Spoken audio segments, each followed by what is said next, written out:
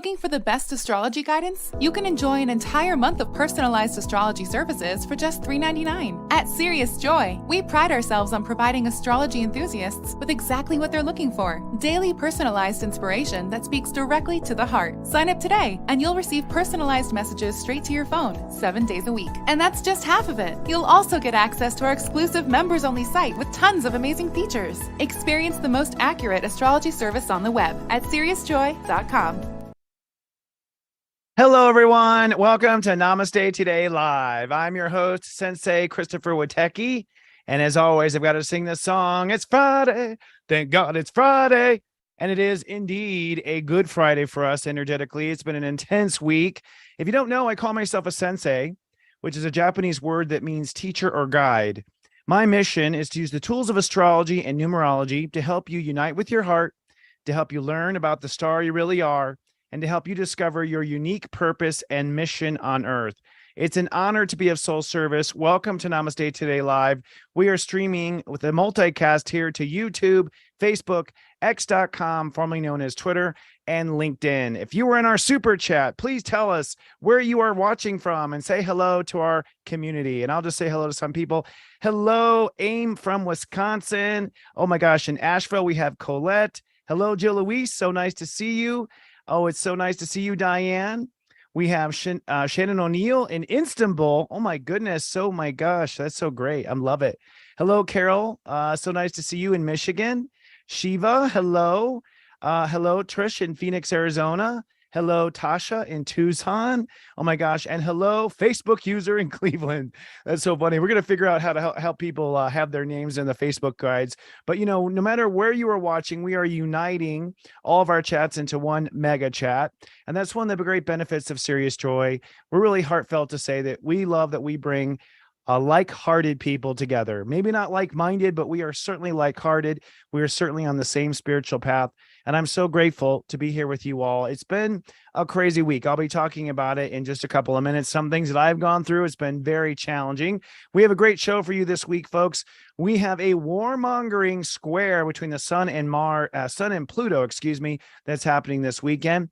We also have the Sun in Scorpio that's going to draw a very hard line in the sand. We'll talk about that and our planets and transits.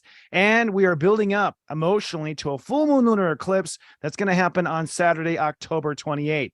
And later, I'm quite proud to say our guest on Astro Mingle this week, Sahara Rose, host of the #1 spiritual podcast on the internet, Your Highest Self. I'm looking forward to that conversation with Sahara. She is indeed a blessing.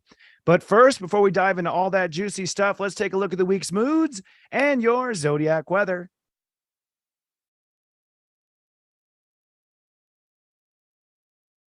This zodiac weather is from Saturday, October 21st to Friday, October 27th, 2023.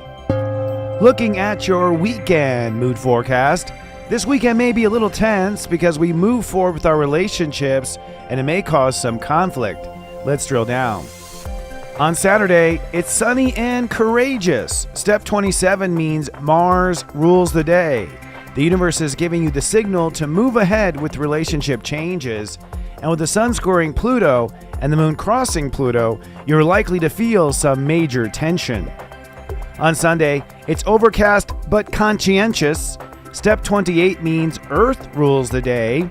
This is a day where you are officially manifesting these new relationship paradigms. Plus, Venus trines Jupiter, which means you're now looking at a new story in daily life. Mercury trines Saturn, which means you're also starting a new spiritual story. Mercury enters Scorpio, which means you then will feel a new ground zero with your life, and the moon in Aquarius allows you to detach to all of that. Taking a look at your 5-day moodcast, the week ahead will be a little stormy as the sun moves into Scorpio and forces you to redefine boundaries with yourself. On Monday, it's stormy and responsive. Step 29 Libra means Chiron rules the day, so you may be tested on all your relationships or anything you learned in the Libra transit. And later in the day, the sun enters Scorpio, which may leave you feeling a little vulnerable. On Tuesday, it's cloudy but profound. Step 0 Scorpio means Pluto rules the day. This is the day where you officially begin to redefine your personal boundaries. You're also rebooting your life and purpose. With the moon in Pisces, you're feeling your spiritual calling. And with the sun trining Saturn, this is the official beginning to the story you were born to live. On Wednesday, it's sunny and serious. Step 1 means the sun rules the day. Your heart is the ruling state of awareness. You are feeling the boundaries around your self-love and committing to this new foundation. With the moon in Pisces, you're emotionally replaying your karmic story. On Thursday, it's sunny and rather sensitive. Step 2 means the moon is ruling the day, and the moon is in aggressive Aries. This is the day where you will define the edges around your personal feelings about yourself and invest formally in the foundation of your destiny. And then on Friday, it's sunny and hopeful. Step 3 means Jupiter rules the day. This is a day where you are formally protecting beliefs about yourself and learning to muster the strength to stand up for yourself in the new way. With the moon in Aries, you are releasing any aggression around past trespasses or mistakes, and these feelings are the emotional buildup to the full moon in Taurus lunar eclipse, which apexes tomorrow afternoon at 4:24 p.m. Eastern Time. It's serious joy, joy, joy. And we're back. If you're watching on YouTube, please be kind and do subscribe to our YouTube channel, Serious Joy TV. Hit the bell button so you're notified. And please like our program so the YouTube algorithm will suggest us to other people who are astrology fans. Namaste Today is sponsored by SeriousJoy.com, a personal astrology and life coaching service. And we're very excited to be announcing 40 Days of My Truth and Purpose, which begins next Tuesday, October 24th. We're going to be embarking on a remarkable journey of understanding our own personal truth and our own purpose. Now, I have to say quite modestly, no other astrologer or astrology app can offer this particular program because it is all embracing our proprietary step astrology system. Every day for about 40 days, actually about 41 to be specific, we will dive into the truth and purpose of your natal chart. We're going to look at 30 other aspects and top of the planets, all 12 of the houses, and you're going to end up with a journal that is a soul manifesto of your personal life. So we're looking for you to basically create an astrological Bible of who you are and what your purpose is. This also includes work from my fellow team members. We're going to have an icosahedron sound healing with Kristen Ryder that lasts 40 days. You'll have to tune in to know exactly what that is. We have very special angel messages from angel reader Devin Dewar based on the step numbers of your planets. So the angels are coming in with specific guidance for all 30 of the step numbers. And we have special features by metaphysical minister Robbie Hunt. So this is a team approach. It's 40 days. You will walk away knowing your chart like you never have before. And I got to say again, no matter how many times you've read about your astrology chart on different astrological applications or on astrological websites, none of them carry this proprietary step astrology system. It is going to bring you down to the very finite of who you are. And that's what's so special about it. Sign up now. This is your last chance this weekend, be able to go with us in this program. And the cool thing about this program is, and this is my little secret sauce here, is that we actually study the planet on the same day as the ruler of the day. So on step 0, Pluto rules the day. We'll look at your Pluto. On step 1, the sun rules the day. We'll look at your sun. So this has been lined up so that you actually examine your own energy and journal in your own journal about your energy in alignment with the energy that's predominant on the earth. So it's designed to really get to the truth. And because it's Scorpio, it's going to get to the core truth. That's at SeriousJoy.com. Sign up for just $3.99. It's a 40-day program. The next month, it's $19.95. If you cancel after, you pay only $23.95 for the whole 40 days. This is a complimentary feature to existing subscribers. You don't need to add or pay anything else. It's just part of the extra benefits of being a Serious Joiner. SeriousJoy.com. All right, folks. And with that, let's move on to our planets and transits.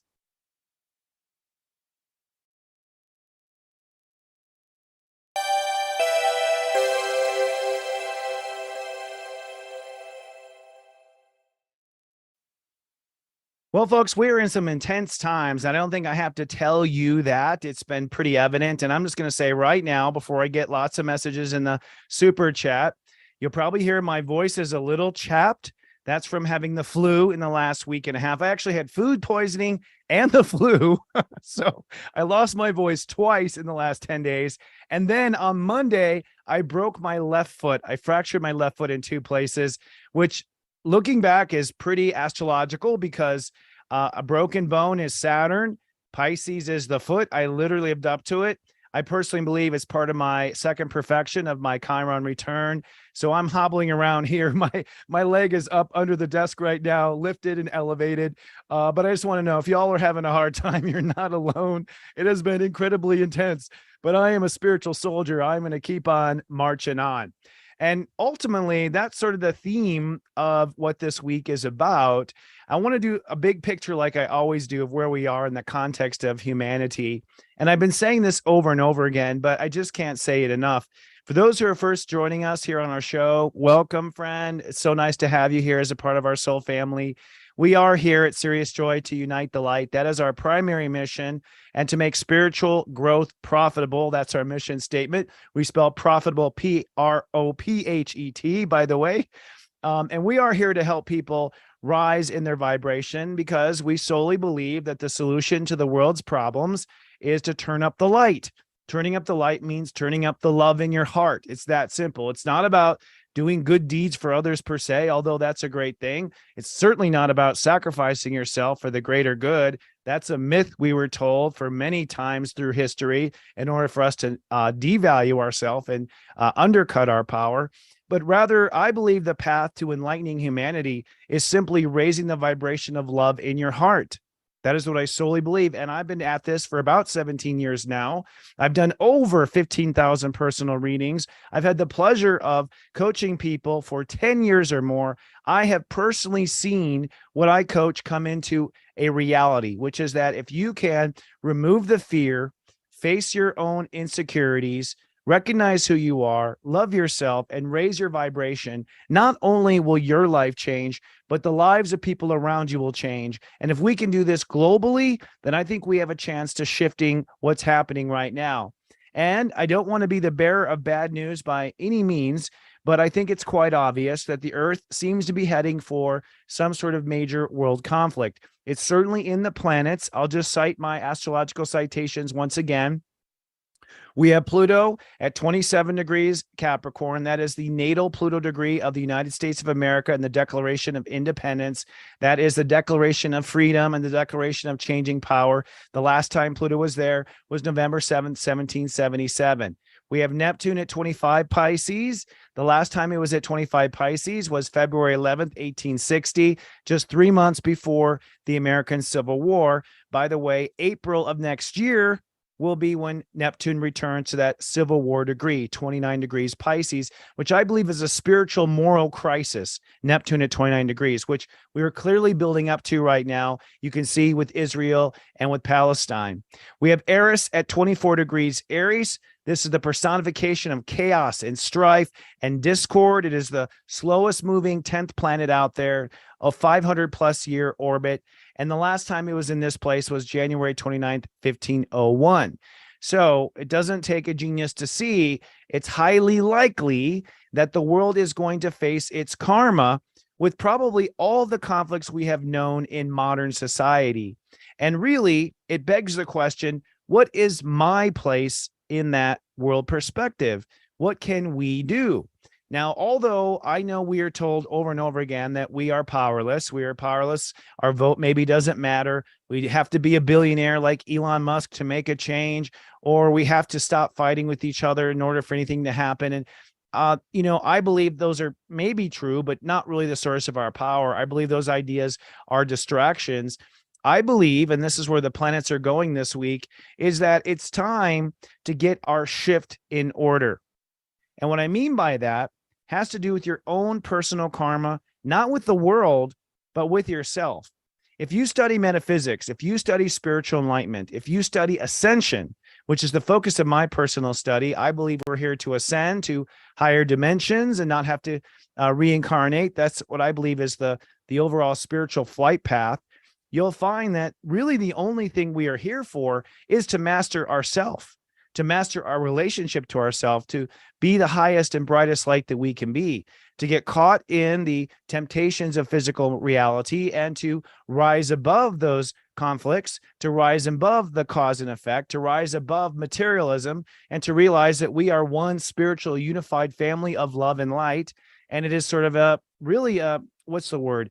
It's a spiritual journey, basically, from ignorance back to the light. That's the arc, I believe, of incarnation. Now, I do believe that the conglomerate Earth is at a place right now where we can either find ourselves moving towards utopia, or we can find ourselves moving toward dystopia. And I believe that it comes down to each individual letting go of their own dystopia. So although we are told that we have to worry about conflicts across the seas, that we have no power to really make changes, although we're told that we have to, call our congressperson in order to convince them or to stop special interest money, I believe there's a spiritual solution that's being swept under the rug, especially now that organized religion has fallen in as far as its effect. We have less people praying on earth probably than we ever have, even though our power is, in my opinion, spiritual. So in essence, how do we change the world? How do we clean up this mess? It comes down to basically facing your own karma with yourself. And the planets have shown that that is a major arc that really has been going on since 2012 when Neptune re-entered into Pisces. And we had the Mayan shift that happened that year as well. That was the beginning of the end of our old karmic cycles. The universe and humanity have been, I believe, asleep in the dark ages for quite some time. And I believe we've begun to wake up in the sense that we are uniting our spiritual inner self into our physical reality. To me, that's what enlightenment is. Coming into your heart, raising your heart's vibration, and then carrying that heart outward into yourself, into your daily life, into your practices, carrying love into your decisions, carrying love into your actions, carrying love into your relationships to your fellow human beings, and then carrying love out there into the world. Imagine if you had a mob of people in New York City all loving everyone instead of fighting and chanting and having, different signs, pointing up about ending violence and ending hate. Hey, I believe in ending violence and ending hate, but that's a negative to end something. Why don't we begin something? Why don't we begin love, begin joy, begin human practices to one another? And it honestly is a chain reaction that begins tonight when you go to the grocery store and you smile and send a little love to that stranger that opened the door for you. It's honestly that simple. We know this is the case, and I think now is the time to try. But this brings us back, I believe, to what this week is about. We are this week wrapping up the sun in Libra, and we're moving into the sun in Scorpio. Saturn entered into Pisces in March, and Saturn went from 0 degrees Pisces to 7, which, by the way, 7 is the step number or degree of Pisces. So Saturn went to its pure grandmaster degree of 7, and then it retrograded back to 0. I mean, it can't get more clinical and perfect than that. And Saturn, of course, I believe is a buzzsaw up in space. It cuts through the karmic cords. That's what those rings are. They are sharp. They cut through the cords of consciousness and force us to make a decision and force us to stand up. Since March, the universe has been saying to us, hey, it's time to stand up and make some cutting of the cords when it comes to your own karma with yourself. And to me, this is what the work is in the upcoming week as the sun moves into Scorpio. Scorpio is the line. So Pisces was the awareness, okay? And Scorpio is the line. And this week I'll talk about the sun will trine Saturn. The sun at 0 Scorpio will trine Saturn at 0 Pisces. 0 is a new beginning. The fact that they trine at 0 says this is the new beginning. But the new beginning is not with the world. The new beginning is not with your family. The new beginning is not with your relationships. The new beginning is in your relationship to yourself. Because when we are bitter or unhappy or depressed or unfulfilled, although it's very easy for our ego to blame the world for those conditions, I believe in the law of attraction, the powers of manifestation. I believe we all hold the power in our hands. And, perhaps in an Astro Mingle episode in the future, I'll share some of the miracles that have happened to me in my life so you can understand how light and spirit actually is the power if we give it the power. So beginning this week, when the sun moves into Scorpio, this is really where the line is between the old relationship to you and the new relationship to you. And I have to say, first and foremost, be forgiving. It doesn't matter how much of a hot mess you have been up until this point. That was the point. The point was to see we're all a hot mess. I don't care who I have ever read astrologically. I've read CEOs of major corporations. I've read people who are just entering into college. I've read celebrities. I've read people in power. I've read multimillionaires.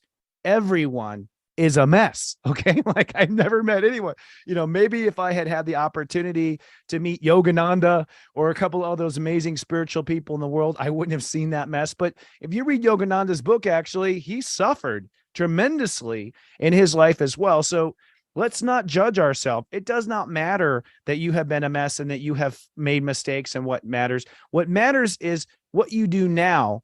And it doesn't matter if you put it off all year, if you procrastinated your whole life, because honestly, the planets were only lined up for the change to happen now. And this to me is the great change. The great change is that individuals who have been basically, what's I'm looking for, projecting their issues onto other people, blaming the world, turn inward and say, well, regardless of the world, I'm going to go ahead and take this moment to be the best person to myself I can be. I have learned from my history. I know what my mistakes are with myself. I know how to love myself. And the planets say you do know better. There's no more, ignorance as an excuse. You know better. Since Neptune moved into Pisces in 2012, it has revealed over and over again those karmic patterns that play into relationships, play into your work, play into your health, play into your happiness. There's no escaping at this point. There's no denying. And this is why at Serious Joy, we created the 40 Days of Truth and Purpose at this very moment, because this is the most important moment you've ever had in your life to change your stripes with yourself. And once you feel like it's a new day with yourself, that there's a new sheriff in town and it's you, then you will not look at the world in the same colors that you do now, because right now we feel powerless because we have undercut our own power from ourselves. We've been talked into it. We've been talked out of our power. In essence, maybe it wasn't our fault, but it was our ignorance and innocence of not understanding the truth of who we are as souls and not standing up for that in the first place. So it was meant for us to be in our power in Atlantis times and Lemuria, and to lose our power and to come back to our power. That is the pendulum of the universe. That is the retrograde and direct. That is the big bang and the big crunch. That is the away from God and back to God. That is the swing of the universe, baby. And we were meant to swing away, and now it's time to swing back toward ourselves. Now, with that said, this week, the theme is raising intellectual self-worth. That's the theme. Because ultimately what this week is a two-part week. It is the completion of our long-term relationship intentions with the sun in Libra. And it is also the beginning of Scorpio, which is the cutting of the karmic cords with yourself so that you are free to ascend to the next spiritual level. And if you're worried about the conflicts that you are experiencing on the earth, let me just say, and this is the only thing I'm going to say right now this week about it, is the best thing we can do is rise out of our depression, rise out of our fear, rise out of our self-harm. If we rise out of that, trust me, that is the most terrifying thing that can happen to any force that's trying to oppress, when suddenly, like Pac-Man eating a pellet, the individual gets larger and greater than life. So this week, what we're technically doing is building up to a full moon lunar eclipse that will happen next Saturday. And that eclipse is at 5 degrees Pisces and 5 degrees Taurus. I don't know why I said Pisces. I'll figure it out later. 5 degrees Taurus, which in essence, a lunar eclipse is basically a vacuum. It's a flushing of the old. So it sort of vacuums out the old. It sort of takes away, sort of a negative. You see the dark, so you can remove the dark. You can remove the fungus that's on us, the spiritual fungus. So the lunar eclipse will reveal the spiritual fungus of where your own mind devalues you. Step 5 is the mind. Taurus is value. Lunar eclipse is devalue, the negative, the darker, the shadow. So this whole week really is us preparing to determine what we're going to flush as far as our own mental attitudes are concerned with ourself. The value we place on ourself is getting flushed away. And here is the magic, my friend.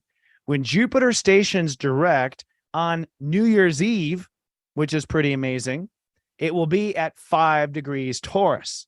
So basically, the way I see this pendulum is that the lunar eclipse that happens at the end of the week on Saturn Day, Saturn afternoon here in the United States, we won't see it in the US, but we did get the solar eclipse, so that was cool. That would mean that it's more, by the way, the cultures that can see the eclipse are most affected by the eclipses. So the United States needed that solar eclipse boost. Everywhere else that will witness at nighttime that lunar eclipse need that flushed away more than anyone. So I think it's going to happen over Europe and Asia more than will the United States, which means there needs to be a greater flushing of the negative self-talk, the negative attitude, the negativity in our own mind of ourselves, devaluing ourselves. But in essence, that eclipse, which is basically the Halloween full moon, by the way, this is the Halloween full moon, quite an eerie one. It'll be blood red, right? Because it's an eclipse. We vacuum out, we destroy that old mental self-worth perspective, and then we rebuild that perspective with the Earth in Taurus at the same time, and then it gets supercharged like a pellet, like a super pellet when Pac-Man eats a pellet, when Jupiter stations direct at 5 degrees Taurus on New Year's Eve. So we basically are rebuilding our mental self-worth from this Saturn day to New Year's Eve. All right. That's going to be the overall arc that's happening. And something may force you, like me breaking my left foot, like something may force you.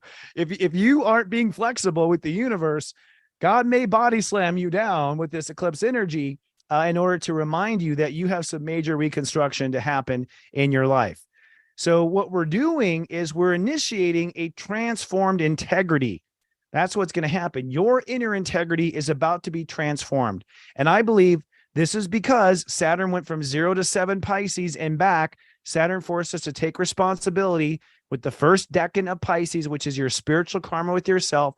And now that we have cleared our spiritual karma with ourselves, or we've been given the opportunity to take responsibility for it, now we can come and feel like we come to the table with integrity. It wasn't your fault probably in this life that you did not feel that you were worth anything. If you have parents that put you down, a society that puts you down, it's my personal belief. You can decide to follow it or not. I believe that it's due to the fact that in our past lives, we allowed society to put us down. We allowed the world to influence our opinion of ourselves. We allowed outer forces to transform how we think about ourselves and how we feel about ourselves. And then we reincarnated into a situation that reenacted that same story and put it into motion. So, let's let ourselves off the hook. We messed up in past lives, and so did the whole world. I mean, look at how vicious the world has been in the last 2,000 years. I mean, my goodness, it's like we've all been through hell, basically, in the age of Aries and then the age of Pisces as well, which we still haven't completed. So let's let ourselves off the hook.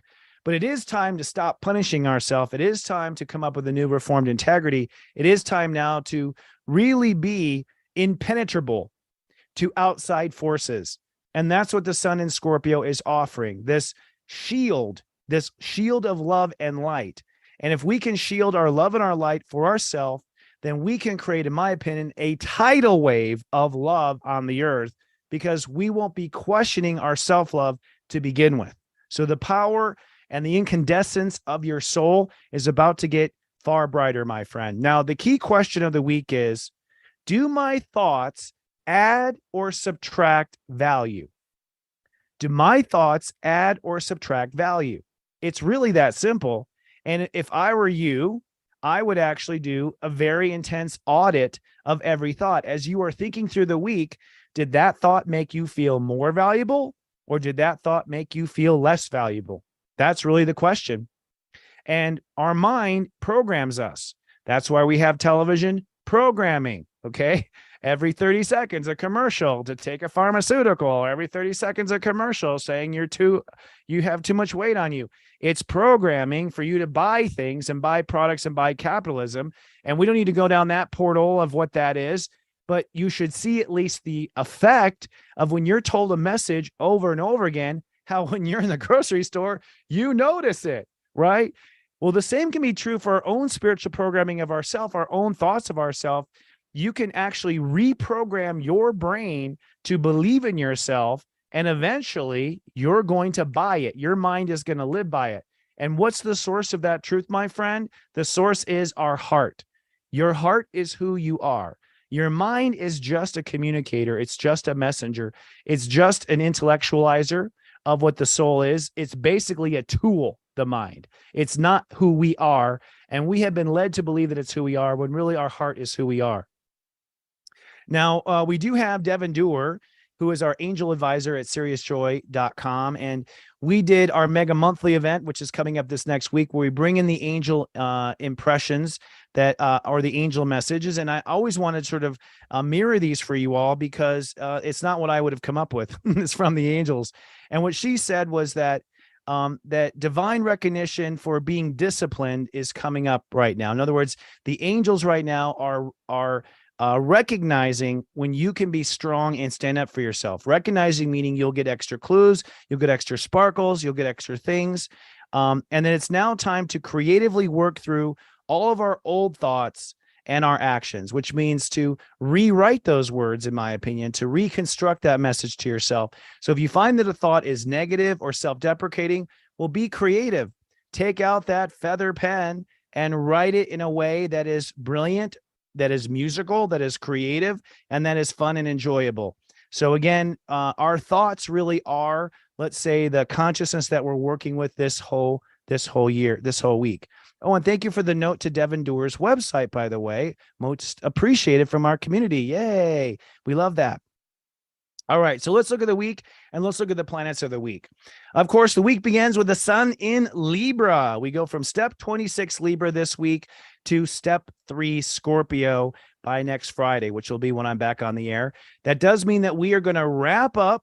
We're going to wrap up our long-term relationship strategies, and I got to tell you that it's going to be a doozy. We actually go from 26 to 3, so that means that tomorrow on Saturday, the sun will square Pluto. I'll show the astrological chart for that a little bit later here.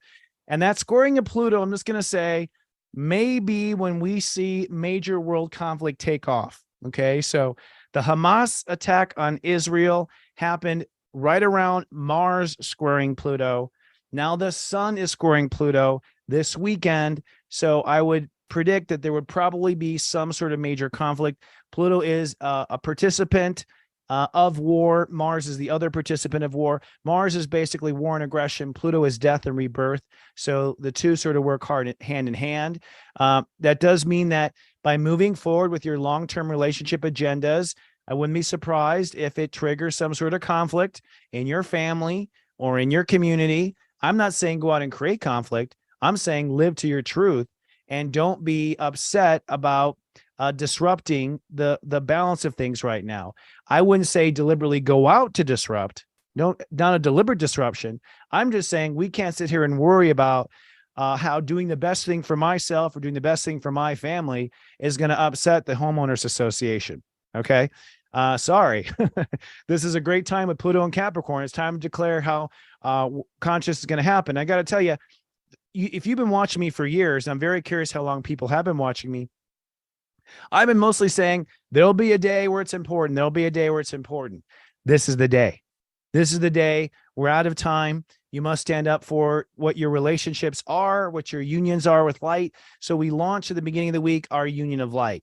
Then the sun moves into Scorpio, and this happens on Monday night. The sun moves into Scorpio. And at that point, the energy will get a bit colder, a bit more detached, perhaps a little more fearful. I'll talk about that as well, because Scorpio is the veil between life and death. And so we'll suddenly feel brothers and sisters that are maybe on the verge of passing or crossing over. We will feel that things are ending in our life. That's the spookiness of Halloween, frankly, is that the sun is in the early degrees of Scorpio over Halloween. It's not an accident that humanity, celebrates the dead on that time, and that pagans follow that ritual because you can feel death when the sun goes into Scorpio. But what's dying is the old negative version of yourself to yourself. That's what's dying. The old way of treating yourself, the old way of judging yourself. That's the perspective that's dying. But we start to move into the early degrees of Scorpio. So where we draw the line with ourself, where we draw on with our heart with step 1, where we draw the line with our feelings at step 2, where we draw the line with our beliefs at step 3 next Friday. And then I'll be back on the air to take it from there. God willing, no other foot breaks. Mercury this week goes from step 28 Libra into step 8 Scorpio. It moves into Scorpio Sunday. So it actually is actually conjoining the sun today. The day I'm broadcasting, the sun and Mercury are conjoined. Mercury now zips ahead and starts to think ahead. And so your mind will be thinking through the boundaries of where you need to be with yourself, on what side of the line you need to be with yourself. Your mind will be thinking through those boundaries before your heart catches up to it. Remember, the sun is our heart. Mercury is our mind. So it's now also in Scorpio, we have Mars in Scorpio. And Mars in Scorpio, actually lost my my dates there for that. So let me just zip to it. Mars goes from 6 to 11 Scorpio this week. And what that means is that Mars is the cutting tool. And so our heart is sort of figuring out where the line is with ourselves. Our ego is getting ahead of the pack there and starting to make some cord cutting with our relationship to ourselves, what we have faith in, 7, all the way up to 11, which is integrity with ourselves. So between the sun, Mercury, and Mars in Scorpio, by the end of this week, you will have clarity of where the line needs to be with yourself.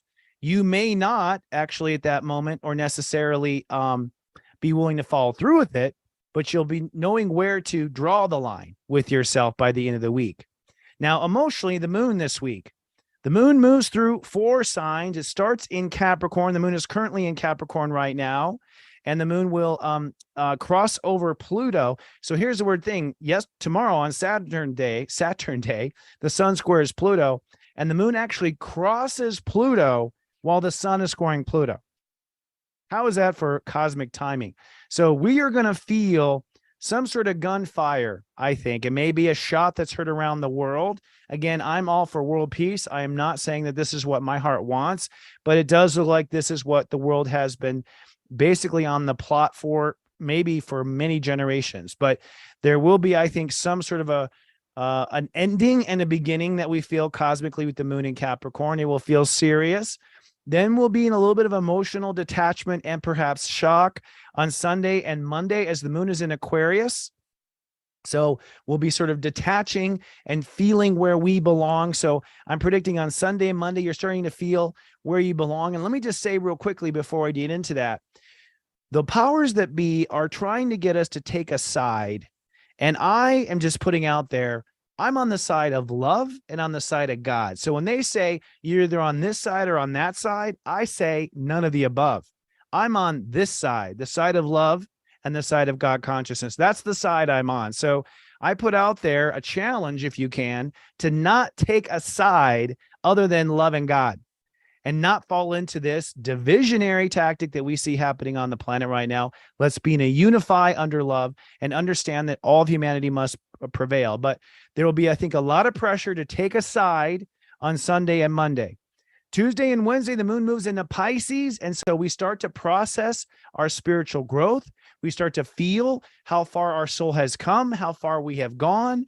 We will feel the moon cross over Saturn, of course, at the beginning of that. So that will be sort of the strike of the new life. And what's interesting is the sun is moving into Scorpio. So right as the sun trines Scorpio, which is on Tuesday, all right, and I'll show you the chart for that, the moon crosses Saturn. So we feel this emotional kickstart of the new soul, of the new soul expression of who you are, the new day with yourself. This is a second chance or a third chance, or in my case as a soul, my 100th chance to get it right with myself, not with the world. Do not be deceived. It's not about getting it right with the world. If you're getting it right with yourself, you will automatically get it right with the world. To focus on oneself is the path to our enlightenment. So Tuesday, Wednesday, sort of karmic. Might be some tears, might be some moments of crying over what you've been through. Mourn it, let it go, let it flow. Then the moon moves into Aries and starts to build to its full moon status. That happens on Thursday and Friday. So Thursday and Friday, things start getting aggressive. So there might be an event on the weekend and then action on Thursday or Friday leading up to that eclipse. And so we start to feel our ego's response to all this change. And again, you're going to want to respond emotionally to your strength and not to act out, not to act in and blame yourself, but rather to empower yourself to stand up for this new version of who you are, this new expression of who you are. And then the moon just crosses Chiron. So there's going to be a healing moment. The moon will cross the north node in Aries and also Eris right before its eclipse. So that could be a call to action or a call to battle out there in the world. So there may be a call to battle somehow. Maybe even it's a battle in the Senate still going on right now here in the United States, but that happens Friday night. And then Saturn Day, we have that full moon lunar eclipse at 5 degrees Taurus. It's in the afternoon. It's like 4:20, I think, Eastern time here in the United States. And that's when suddenly we come to realize that if we're going to survive in this world and where things are, we have to have a new deal with ourselves. And that's ultimately what this is about striking a new deal with ourselves. Now, in the consciousness of Pisces, Saturn is at step 0, stays at step 0 retrograde until November 4th. So this is us taking responsibility for the new spiritual story with ourselves, how we treat ourselves. I'm not going to leave myself behind this time. I'm not going to blame myself this time. I'm not going to, deprecate, on myself. Basically, I'm not going to put myself down. I think most light workers have been blaming themselves, but I also think there's a lot of people out there that have been failing to look at themselves. So there's two sides of that coin of Saturn. Some people have not taken responsibility with themselves. Some people have blamed themselves irresponsibly. All right. But either the case, whatever the case is, Saturn at 0 means we're holding space this whole week for a new spiritual story with ourselves. And we've got Saturn at 0, nope, it's this hand, Saturn at 0 and Neptune at 25. So literally from Saturn 0 to Neptune 25, that is the spectrum of your new spiritual life being held by spiritual parentheses of Saturn and Neptune, basically. Neptune, the highest note, Saturn, ground zero. Pretty profound. I mean, never in my life have I witnessed this as an astrologer, and I was way too busy in my 20s to look this far ahead. I knew it was coming, but I didn't know it'd be so darn exact, especially with the degrees. Now, in the world of Virgo, there's a lot of reality we are swallowing right now. Venus in Virgo from 10 to 17 degrees means you have to open up and you have to fully accept the way things are. And this is one of the mistakes I see happening right now in my clients and with viewers and comments, is that people are not accepting what things are. And I'm not saying you have to keep it that way, but you can't deny what you are. You can't deny what life has become. You have to look at it honestly, like a Virgo, and really assess what it comes down to. And with Venus from 10 to 17, you're going to realize what your life has become. And just take notes, because once the sun moves through Scorpio in those 10 through 17 degrees, we're going to cut cords. We're going to change boundaries. We're going to remodel that whole life with the sun in Scorpio. You will have the sword. You will have the scissors, but you must accept what it is right now and get out of the argument of denying what it is. Now, here's the one thing I think is a bit of a bummer. Black Moon Lilith moves to step 2 on Saturn Day, so tomorrow. And step 2 Virgo is facing the fears of our emotional health. So you might have to face a fear of going crazy, or being able to stay mentally sane, or being able to heal your broken left foot. You might have to face emotional fears. Black Moon Lilith so far has been around our heart, like not getting what we want. That's been the fear. But now that she moves to 2, some real emotional waves are going to hit the earth as far as personal emotional fears about what you have become to yourself. Now, Black Moon Lilith is opposing Saturn. So the answer is right there with Saturn. If you fear you are becoming, sickly, or you are becoming lazy, or you're becoming depressed, well, Saturn at 0 says, okay, let's take responsibility. Let's start this new life. Let's give ourselves a 3rd or a 4th chance. Let's not fall into that fear. So there's a fear versus faith tug of war with Black Moon Lilith opposing Saturn all week. And that's part of the new you, that you don't let yourself fall into that space. With the sun in Scorpio over step 2, which happens on Thursday, you will be able to draw new boundaries with yourself and define the edges of that emotional faith versus the emotional fear. And we're going to want to really define those edges in Scorpio. That's the power of Scorpio. Now, in the whole energy of Aries, Chiron makes a major shift this week. Chiron will move from 17 to 16. Chiron is the healing energy. Chiron is what we end up becoming. We end up becoming healed. We end up becoming the wounded healer.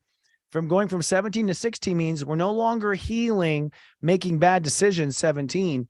As of next Friday, it goes to 16, which means we then heal our core karma that we have had around our behaviors in life. So what this says to me is that if you draw these new lines with yourself this week, and you really show up for yourself and start making distinctions between the old soul story and the new soul story, I believe you'll then begin to finally heal with Chiron at 16, whatever mistakes you were afraid of making. And that's really the way to think of it. Chiron is exposing where we've made mistakes in the past and how it affects our power. The North Node remains at 24 for the rest of this month. It is at that degree for an entire 30 days. North Node in Aries means it's now time to take action for the purpose of 24 peace. All right. So although we are seeing some major aggressions on the earth, Eris and the North Node are both at 24 Aries, and that is the peace treaty degree. That is the negotiation. So in the scale of Aries, or in the scale of war, 24 is when you go in and you try to negotiate peace. 25 is where you pray. 26 is where you decide, and 27 is where you attack. So just so you know, the North Node's already moved past 27, 26, and 25. It moves backwards. It moves retrograde. So really, this is the efforts that we're making right now are for the inevitable peace that will come to humankind, I believe. And the South Node at Libra 24 does mean that we're leaving behind any sort of reckless or toxic relationships that don't serve us. Now, Jupiter and Taurus.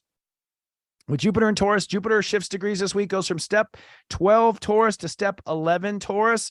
So that means that Jupiter will move from a grandmaster new story making to focusing on our integrity. This is why I say we are initiating a transformed integrity this week, because the sun in Scorpio is, I'll say the sun in Scorpio over here.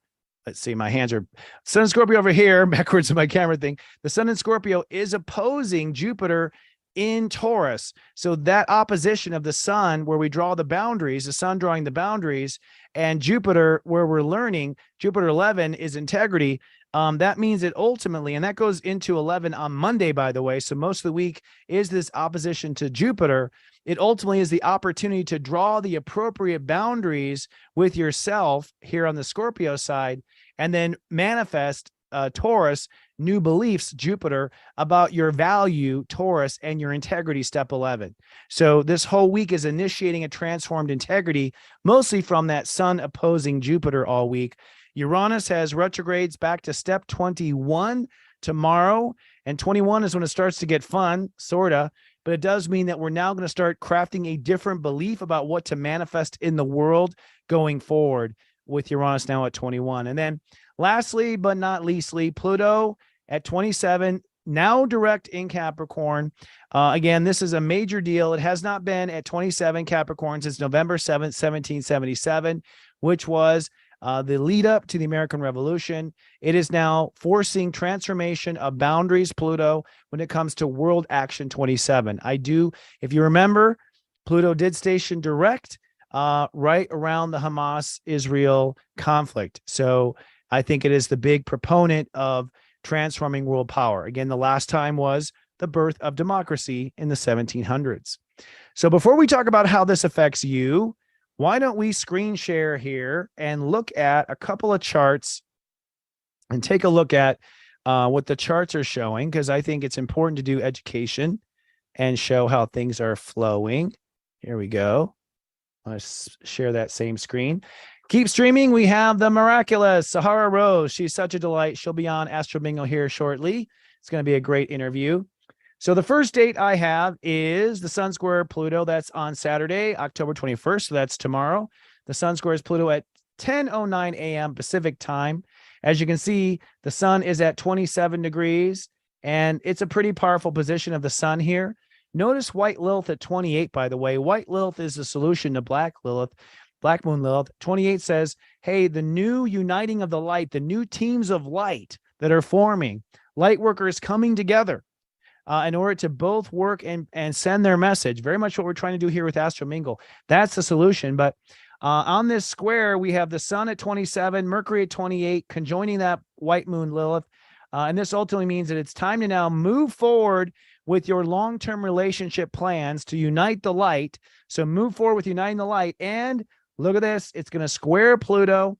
And it's going to square Pluto. And just hours later, in fact, about 14 hours later, the moon will cross Saturn.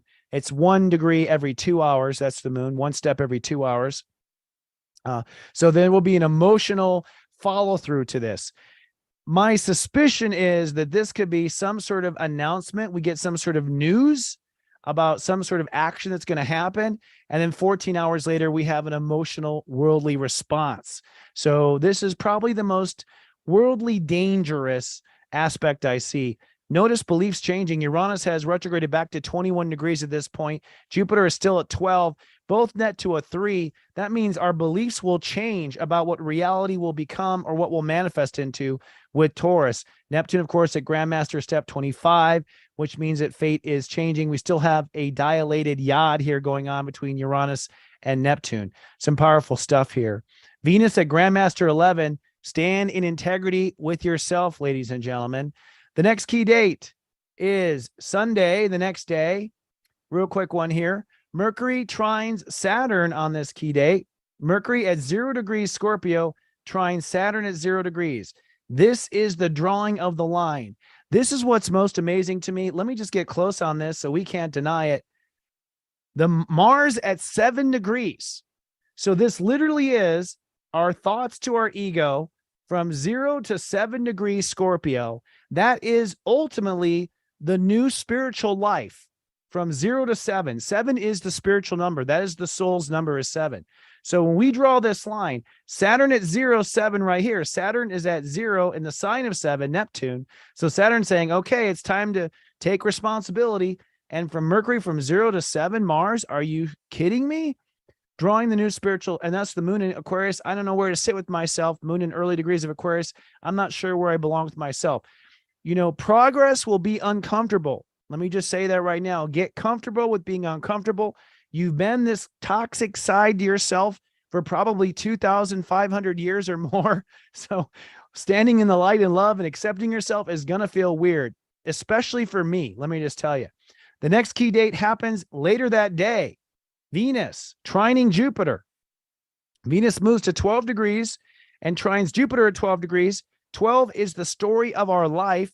Venus is the opening up and accepting of our reality. So this means it's a new day. This combination of what I just showed you, the square of the sun to Pluto, the moon crossing Pluto, Mercury drawing a line with Saturn, you know, which happens. Actually, I think I got this wrong. I got these backwards. Oopsies. One happens before the other. That's actually what happens. First thing that happens actually is the trine. And then we have the Mercury drawing the line. It's the new story. And then Mercury draws the line.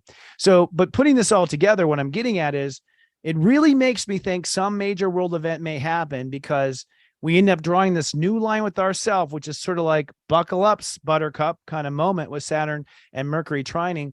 And then Venus and Jupiter trining at 12 says there's some new story. I can't be the victim anymore. I can't be the one that's taking advantage anymore. Some new story happens with ourselves as a result. The next key date is the sun enters into Scorpio. This happens at 12:20 p.m. on Monday. And again, shortly thereafter, the sun trines Saturn. And that happens on Tuesday at 3 a.m. in the morning. So the sun moves into Scorpio, and that means the heart now follows through with that drawing of the line. This is the story you're born to live, folks. This sun trining Saturn at 0. You think it's an accident that it's at 0 degrees? That's brand new energy, square 0, the foundation. This is a foundation of a new life. And you know what's interesting? This stellium here is the sun at 0. It's a new life. I believe in myself. Mercury at step 3. and I'm committed to myself. Mars at step 8. And then hours later, the moon christens it by crossing Saturn. So we emotionally sort of christen this new spiritual life with ourselves. I think incredibly powerful. You can't make this shift up. And then really the week ends, I'll just say with Friday. And that on Friday, the sun ends at step 3. And step 3 is now your heart truly believes you can change. Mercury at 8 says your mind is committed to changing on the inside. And Mars at 10 says, I'm already getting started with that change. What are you talking about? Of course, so there's this decision to change, basically, to change your stripes with yourself, to change those boundaries with yourself. And then the moon christens the healing with the moon crossing Chiron. So the moon crosses Chiron during that day, which means, and now Chiron's at 16, like I said, which means you're now healing the karma with the times you have made mistakes with yourself. So what does that say in essence? It means that, here's how I interpret it. I once made mistakes in the actions, Aries, I made because I was not in integrity with myself. That's why I probably made those mistakes in past lives or earlier in my life, because I was not in integrity with myself. Venus at 17 says your life is now moving forward. And of course, Jupiter here now at 11 means we have that heart versus integrity opposition happening, as I mentioned prior. So pretty powerful stuff, ladies and gentlemen, I must say. Now, with that said, I would say go steep yourself some tea. I have a non-spillable thing here because I can carry it with crutches. Go steep yourself some tea and let's have our weekly tea time.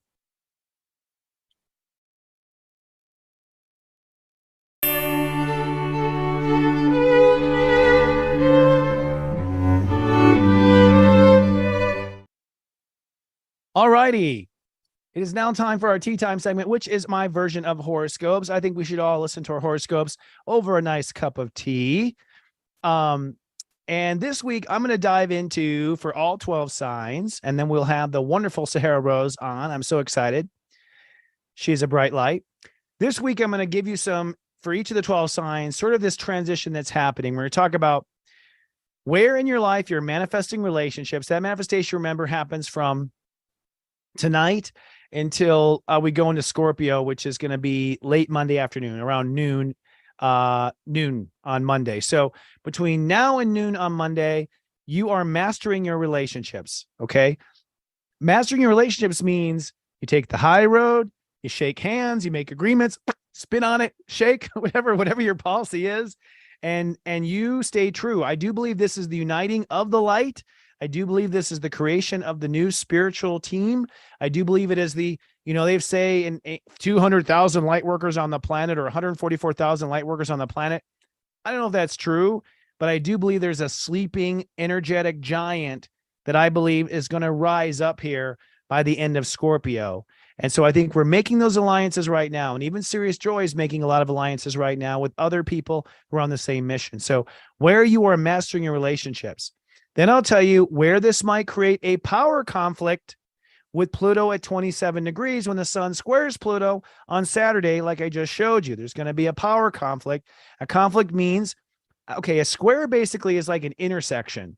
It doesn't have to be a conflict. It doesn't have to turn into a car accident, but both cars will come to the intersection at the same time. That's what a square is.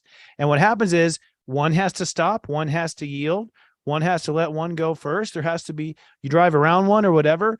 It's that two forces are inevitably colliding, and there has to be reconciliation between each sides so that they don't collide into an accident. Now, I believe that there's going to be accidents on the earth, as I already mentioned, which have already begun, have been in the works for years, for centuries, frankly. But in your own personal life, it may mean that you have to stand up and say, I'm sorry, I'm going to have to take you to court. I'm just not going to live with these terms. I apologize. We'll settle this in court. We'll settle this with negotiation, with mediation. But I'm not going to back down. To quote a Tom Petty song, I won't back down. Then the sun goes into Scorpio, and I'll talk about, where you have to build a new foundation in your life. And wherever Scorpio is, according to your solar chart, wherever your sun sign is, that's the foundation of your life. Okay. And it's always your sun sign first and your rising sign second, in that order. So you always live true to your sun sign first and your rising sign second. Your sun sign is your heart and your inner life. Your rising sign is the manifestation of that inner life in daily life. So where the foundation is in your sun sign, and then of course, listen to your rising sign also. And then I'm going to talk about the sun trining into Saturn in Pisces, and how in Saturn and Pisces, where you're beginning your new karmic story. Yes. And yes, I'm getting comments about my voice. As I mentioned, it's from food poisoning and the flu. All right. Starting with the Aries. Aries are mastering relationships, all their relationships. They're long-term relationships, basically. So it's time to master your long-term relationships in life. Mastering does mean that you step away from something that is irreconcilable, for instance, and that you embrace what is working. Use your heart to make that determination, Aries, not your ego. And so that's the big kicker. If Aries, the enlightened Aries will use their heart. That's what I call a winged ego. The unenlightened Aries will be pure ego for the sake of ego. And we've all been there, by the way. So I'm not judging whatsoever. In a past life, I think the reason why my foot is broken is because of wars in a past life. Other tangent there. Now, these long-term relationships that you're changing, Aries, may actually create some sort of a conflict in your career and your legacy. So you'll have to reconcile how this relationship change affects your work or career, or affects your parenting, or affects your long-term directions in life. It could also affect your retirement for those who are older Arieses out there in the world. So you will have some reconciliation with this relationship changes, likely with career and legacy or power, literally. The sun in Scorpio means that you now must build new self-trust. The new foundation for you, Aries, is trusting yourself in a new way. Trust comes from clean boundaries. Nice fences make good neighbors. Good boundaries with yourself will create trust in yourself. If you have a problem trusting yourself, you have a problem drawing a line or enforcing that line with yourself. That's the problem. You would trust yourself if you drew the line and you enforced it. It doesn't matter what the line is. It matters that it is enforced. That's when the trust will come. So the new trust in yourself is what's necessary to create the new inner faith with yourself, which was Saturn in Pisces, that you will have greater faith in yourself once you can trust yourself, which comes down to new boundaries with yourself. So Aries, it's time to renegotiate with yourself where your boundaries are so you can create your new karmic story and your new inner faith. Taurus, just like myself. Hello, my fellow Tauruses. Moo, moo, moo, moo, moo, moo, moo, moo, moo, moo, moo. That was an inside joke. Tauruses, it is now time to master your relationship to your lifestyle. I'm talking to myself here, which is why I broke my left foot. By the way, I broke it just by stepping off of a step. That's all I did. My foot just went wonk, just suddenly collapsed under my own weight for some reason. But it's time to create a new mastery of your relationship to your lifestyle. Lifestyle is, of course, food and sleep and work and work-life balance. And of course, the environment that you're in and the energy that you sit in. So it's now time to master your lifestyle. This could create a conflict with your life's purpose or your life's goals. In other words, maybe you're letting your goals get in the way of your lifestyle. Maybe you're letting your life's purpose get in the way of your health. I'm talking to myself here. But whatever the case is, it'll be reconciled on Saturn Day, which is tomorrow. When the sun moves into Scorpio, it's time to have new boundaries in your mirage. That's your relationship to yourself. That's whether you're there for yourself, how you treat yourself, your balance with yourself, your balance of nutrition, your balance of sleep, all your balance issues with yourself. In essence, it's time to draw new boundaries and define the edges of what a healthy mirage is to yourself. Mirage is my word for our marriage to ourself, and it is beyond till death do you part. It is for eternity, by the way. Now, that self-trust is what determines whether or not you will claim your rightful place in society. That's right. Your new spiritual story is a new Taurus in society. You ain't seen that bull before. We got a new shiny white bull about to be born onto the planet now. And this comes down to really where you draw the line with your own mirage. If you want to be that new person in society, if you want to live up to your calling in the world, you have to master your mirage to yourself. Again, I'll watch this for myself later. But I think you can all see I've already been building a new image in the world. So Taurus is out there. Watch me as I grow. I'm taking the lead here. Geminis. Geminis have to master their relationship to their heart and their personal dreams. Okay. Your personal dreams. So Geminis, you let your mind talk yourself out of what's possible. You let yourself use all those darn facts as evidence against yourself. You don't believe in the dream. You're not like a Disney film that goes singing off into the sunset. You're always full of all the reasons why it won't happen. You have got to let your personal dreams rule you so we can hear you chattering about what you love and not chattering about what you're afraid of. And that's where Geminis really are. So you must master your relationship to your heart and become sticky, gooey, sweet. Okay. Let your inner child rule you. You're so darling. Your inner child is so cute. I know so many Geminis, when they let the inner child out, it's so cute, but it's time to let that inner child out. Now, by championing your inner child, it means you will go against comfort zones. You will go against transformation. You will go against the ability to change who you are. You're going to have to you're going to have to be comfortable being uncomfortable for a while. It's going to feel weird speaking up for your heart. It's going to feel weird letting your heart rule the day. So it will create conflict that may force your life to change. And this may mean, and this just came psychically, following your heart may mean the end of certain relationships with the South Node in Libra, which is your house of love. And that might be what you're afraid of. You might be afraid of the fact that you're going to end up losing your house or having to move out or having to lose family members because your heart's telling you it's not working. So I don't know why that came to me just now, but I think some of you needed to hear that. The universe is behind you. And I say, go forward. Now, with the sun in Scorpio, it's time to draw boundaries with your health and your stress. So for Geminis, your capacity to move on to the next story is all based on how you live in your body.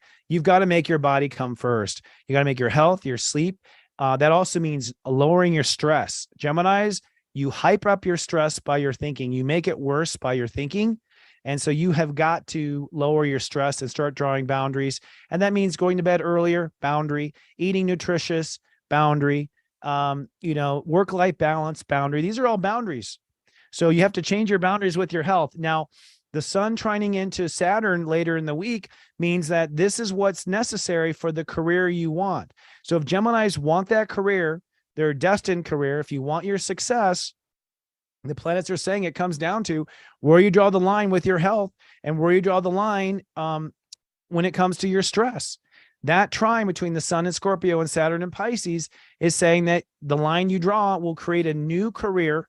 And that career is going to be the evidence of your new spiritual life. So when you see Geminis changing their careers or changing their parenting approach or changing their leadership approach, you know they're living in their new spiritual story, the story they were born to live. All right. Cancers.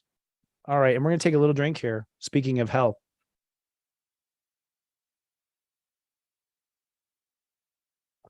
Cancers, it's time to master your relationship to your emotional faith. Think about that. Emotional faith. That's the key. You need to have a relationship to your emotional faith. That's the third decan of the fourth house, emotional faith.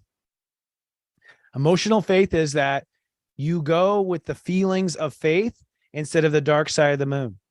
That you build an emotional foundation of faith, that you feel the faith. It's not something you think of. It's not something you fake. You have to feel the faith. Okay.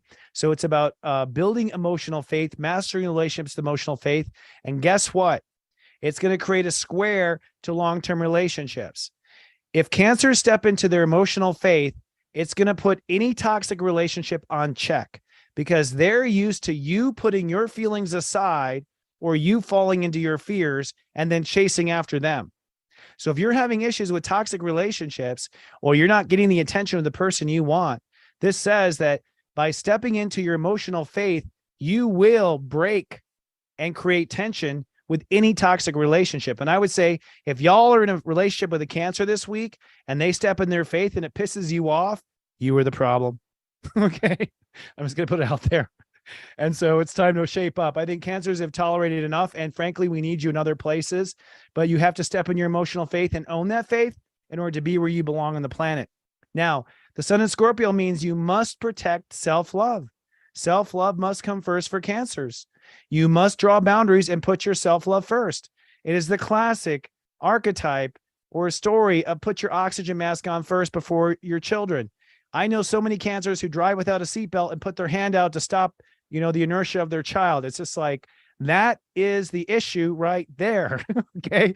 That you are saving your children before saving yourself. There won't be a you to save your children unless you love yourself first. So the line between the old Cancer and the new Cancer is the new improved Cancer puts their own heart first, not your mind and not your feelings, your heart. Okay. That's what Scorpio is.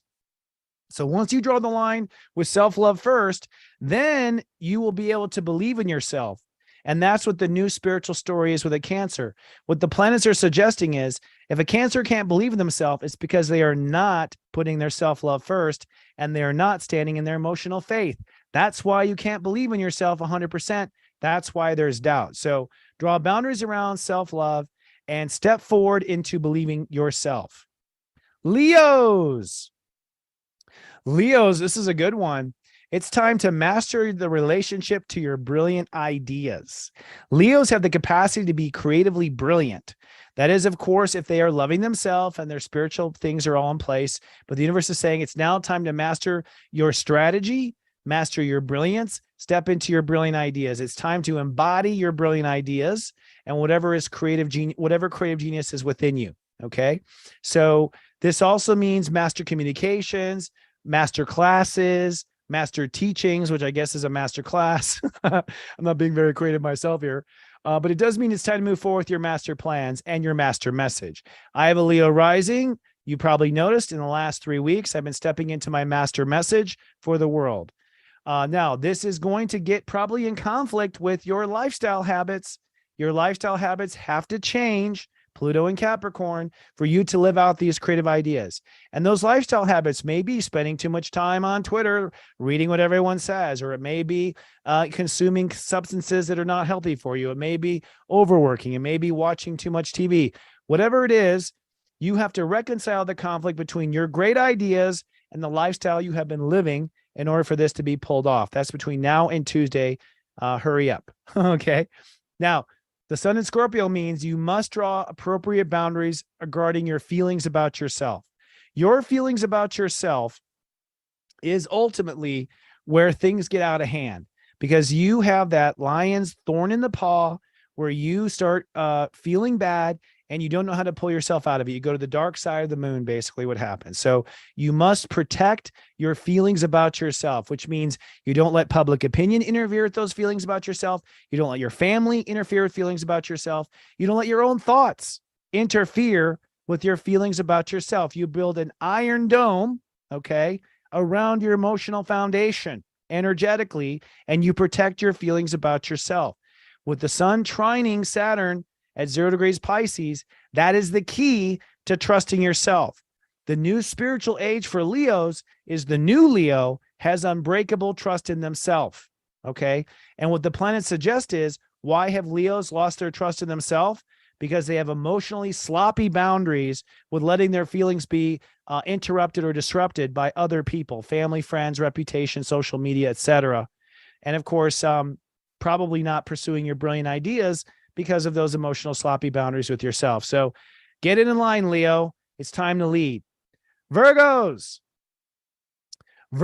must now master their relationship to capital abundance. What is capital abundance? Capital abundance is taking your worth and making it into something that keeps making money even while you sleep. So this is abundance. This is your capacity to manifest and manifest and manifest. This is the bunny rabbit, so to speak, in the Energizer Bunny commercials back in the 90s. I'm aging myself here, but that's the truth. So energetically, it's time now to master your relationship to making money. That means you pull out of the Virgos always want too much. Okay. You want it all. And I always say to Virgos, you can have it all, but not all at once. That's the thing. There's a thing called time and there's a thing called space. So recognize you can have it. You can have all of something right now and you can have all of everything over time. So some of the capital abundance is you've spread yourself way too thin. You've tried to be everything. I've seen Virgo titles. It's like astrologer, this, that, this, like 7 titles after their name. Excel in one and become abundant and then spread into the others is what I recommend for the Virgos. So you must master your relationship to capital abundance. Now, this will come into conflict with your personal dreams. Your heart's going to be afraid. Oh, I'm not going to get everything I want unless I do it all at once. I'm not going to get everything that my heart desires if I put all my intention into one thing. So ultimately, there will be conflict because you will have to say not now to some of your things. Now, God never says no. God only says not yet. So there's some things can't happen just yet, but don't worry. You're going to need a project for your retirement, okay, for when you retire. So stepping into capital abundance, mastering the relationship to capital abundance, and having to, reconcile with your heart letting go of things that are not practical right now, and your heart really focusing on the things that will pay off right now. And that's one of the things I would say. What will pay off right now? Now, the sun in Scorpio says, for you to pull this next chapter off, you've got to get appropriate boundaries in the way you think about yourself. Virgos are incredibly inappropriate with the way they think about themselves. Your mental boundaries with yourself, what you allow to say to yourself, I would never hear on television. Okay. It is darn inappropriate. And Virgos have let me know that in private at certain times. Those self-talk thoughts, again, all those thoughts, you are very susceptible to this eclipse coming up on Saturday because you are one of the worst offenders of offending yourself with your own thoughts. Okay. So you've got to get your boundaries in line. There are some things that are absolutely inappropriate to say to yourself because you are programming yourself to be a failure or unsuccessful. So getting your thoughts in order and getting those comfort zones around those positive thoughts is the key to your next spiritual chapter. And the next spiritual chapter is ultimately a new marriage with yourself. The old Virgo had a poor marriage with themselves.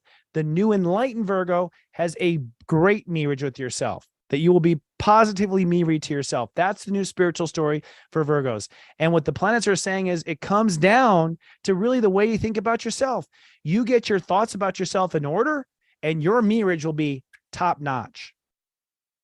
Libras. And I'm getting a clue to take a drink.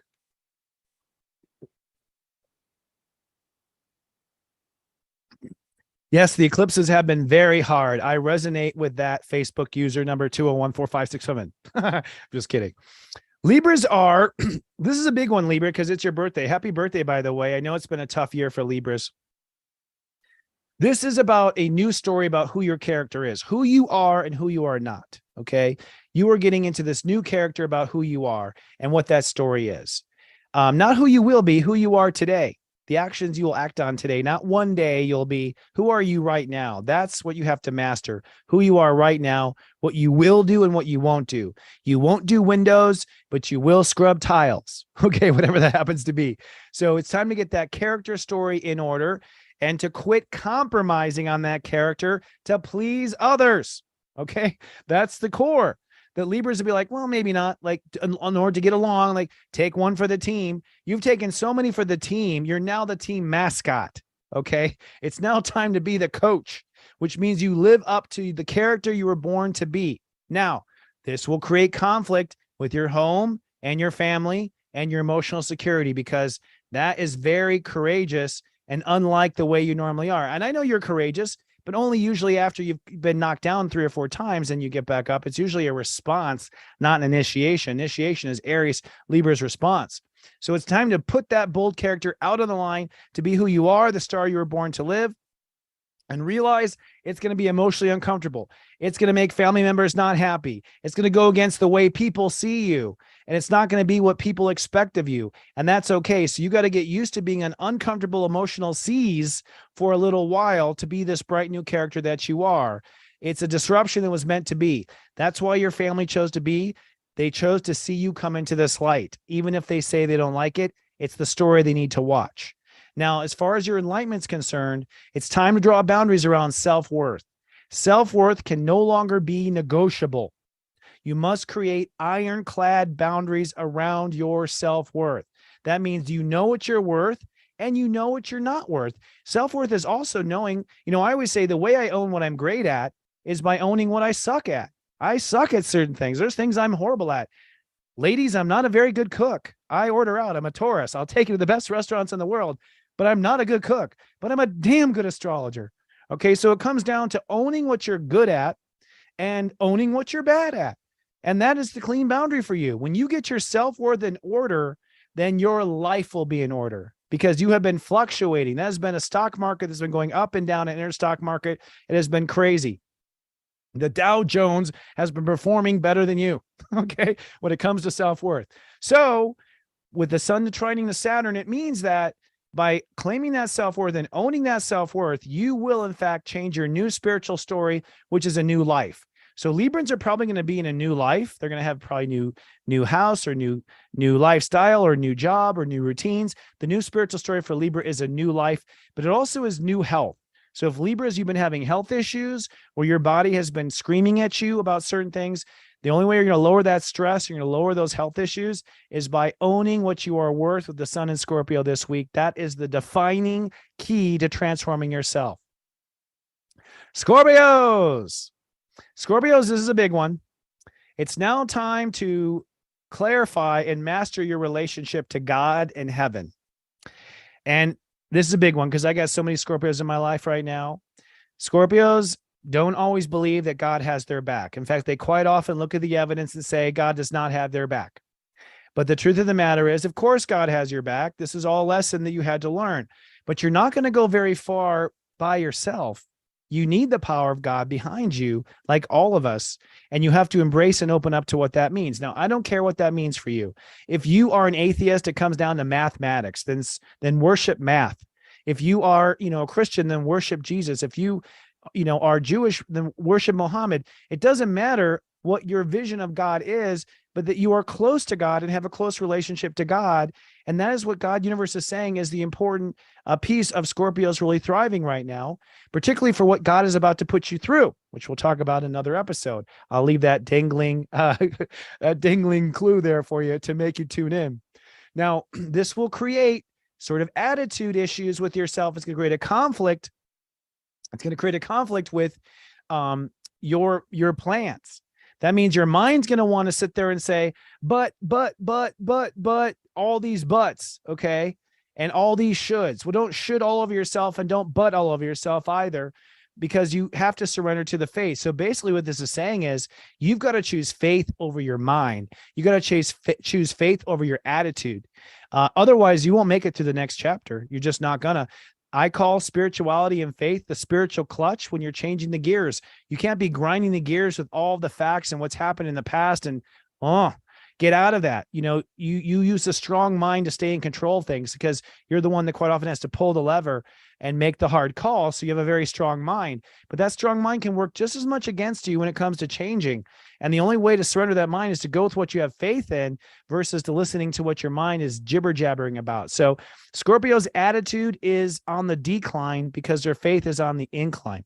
No, sorry about the Jewish comment. Abraham for Jewish, Muhammad for the Arabic. Forgive me. Thank you for pointing that out. I am not a religious expert, so I didn't mean to say that. But there's so much religious tension on the earth. Let me just say, I believe all God is the same direction of unity, love, and prosperity. So thank you for pointing that out, Facebook user. Scorpios, in order to get to the next chapter of who you are, yes, I do think that Scorpio's attitude is on the decline. I think that you're going to have a rebirth in your attitude completely. So stick around for Pluto and Aquarius. That's when Scorpios have a complete new attitude adjustment.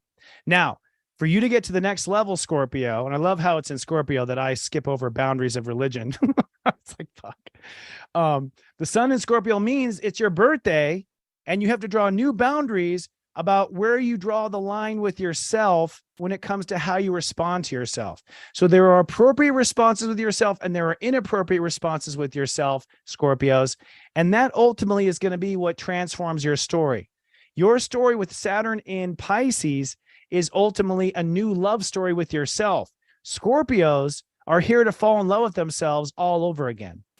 But what the planets say is, you have to treat yourself like you love yourself. You have to draw new boundaries about what's appropriate behavior with yourself and what's inappropriate behavior with yourself in order to love yourself on the level you're meant to love yourself. So if you don't stop certain treatments of yourself, and treatment is you allow yourself to go into depression, you allow yourself to go down the rabbit hole, you allow yourself to take it personally, you allow yourself to be hurt, allowing those things to break through and allowing that yourself to fall into that pattern is where the self-treatment boundary is. You have to, deliberately change the way you respond to yourself. And with the sun trining into Saturn at 0 degrees Pisces, then you know that now that you love yourself, you can fall in love with yourself, and it's all from behavior. So change of behavior to self is what leads to elevation of self-love. The new Scorpio story is they love themselves and they know it. Sagittariuses are mastering their relationship to the public. And it's funny because Sagittarius are pretty dazzling in the public, but then they disappear. It's so funny. It's like they're there. They're the life of the party. They're there till 3 a.m. and then boom, you don't hear from them for 6 weeks. It's time to master who you are to the public. What is your relationship to the public? What is that title? Are you going to take phone calls? Are you going to accept emails? Are you taking on more clients? How do you want to be perceived? What is your title that you put out there in the world? Who is your tribe? So it's time to master your relationship to the public. Now, mastering your relationship to the public will mean that it's going to cut out some areas of abundance. To be who you want to be in public may mean that you take a cut in your pay. To be who you are in the public may mean that you have to find a different job because you want to be this person in the public, but your boss doesn't agree with that type of philosophy. So there's a possibility that by being who you're meant to be in the world, you might have to change where money comes from, or your job setup, or maybe even how you sell your particular product. If you're going to be honest about your product, you may have to realize that not everyone's going to want your product because you're being honest about it on some level. So the square of the sun and Pluto is your relationship to the public and your money and your capital abundance. Now, with the sun moving into Scorpio, it's time to draw new boundaries when it comes to inner faith. Sagittarius must have unbreakable inner faith. You must separate the fear from the faith, draw a very hard line between fear and faith, and be very focused on what you have faith in. That is the quintessential ingredient necessary for the next spiritual story. And the next spiritual story is your emotional tranquility. So Pisces 2.0, Saturn and Pisces at 0, is that Sagittarius are going to come from a good home. And most Sagittariuses are not satisfied with the home they came from. That's because Pisces rules your 4th house. All your karma came up through your family, all of it. So you've all come from a bad home or a challenging home or a difficult home or a home that didn't understand me. I've heard all the stories and I resonate with all of them. I really do. But it's time now to create that home where you feel at home in your own skin. And that is the new home where you are home in your own skin. You are at home in your own emotional foundation. And what the planet shows, the only way that's going to happen is if you draw the line and stick with the faith and kick out the fear. It's time to evict fear in your soul and focus on only faith. Strong boundaries of faith will lead to a strong home family foundation. The new story for Sagittarius is they come from a good home. Capricorns, it's time to create a new dynamic relationship with your legacy and your retirement. So this is your career legacy, basically. It's time to master that career legacy. Boy, Capricorns have gone through a lot of change as Pluto's moved through Capricorn. When I first met Capricorns prior to Pluto and Capricorn, y'all were pure capitalists, and it was always the dollar or the power before the relationship or the feeling. And I have seen all of you change as Pluto systematically conjuncted all of your sons. There was all a major breakdown with Capricorns and a major breakthrough in understanding. You were reborn and you have seen the light as far as what's really important and what to aim for. So now it's time to go all out. The mission from the universe is saying it's time to become a conscious capitalist. It's time to become an enlightened capitalist. It's time to mix your spiritual values with your career legacy and bring those two together. And this is going to create conflict with your old ego and your old reputation. Your ego is still fighting to hold on to some things, which is natural. You're a goat.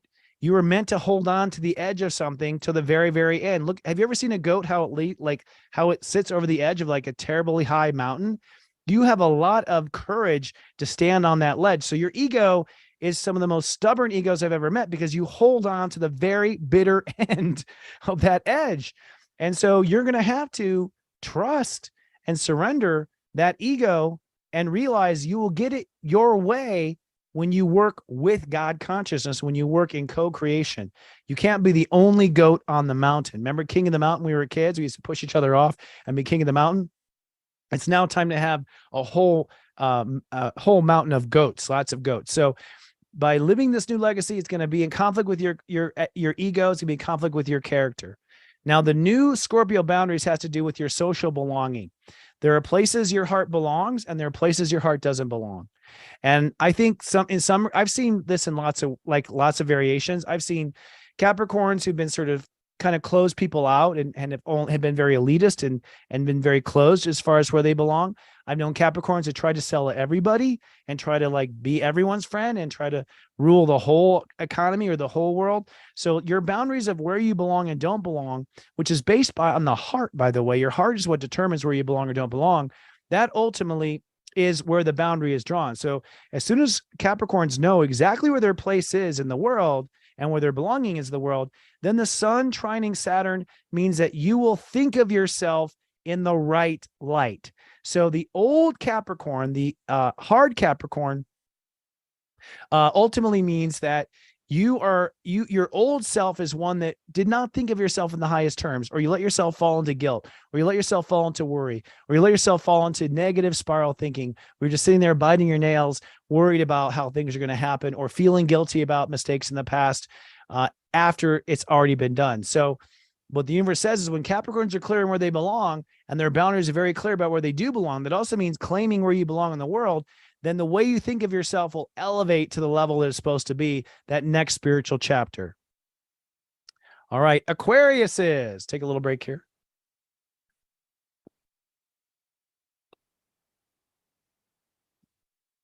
All right, Aquariuses, it's now time to have and fall in love with your heartfelt life purpose.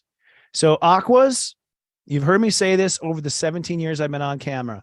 We can't have the age of Aquarius without Aquariuses. Okay. And it's now time with this sun at 27 square Pluto in the house of beliefs, 9th house. Aquariuses must now surrender to their heart's life purpose. If it is to make, green slime for Nickelodeon TV, if your life purpose is to reinvent the skateboard a 5th time, I don't care how hokey or weird it is, it's meant to be. And we need you now to surrender to your heart's life purpose, where you were born to live. And it's going to be weird and it's going to make people uncomfortable. That's what you do. You're a disruptor. All right. So the Aquariuses must now stand in that disruption energy and stand and be counted.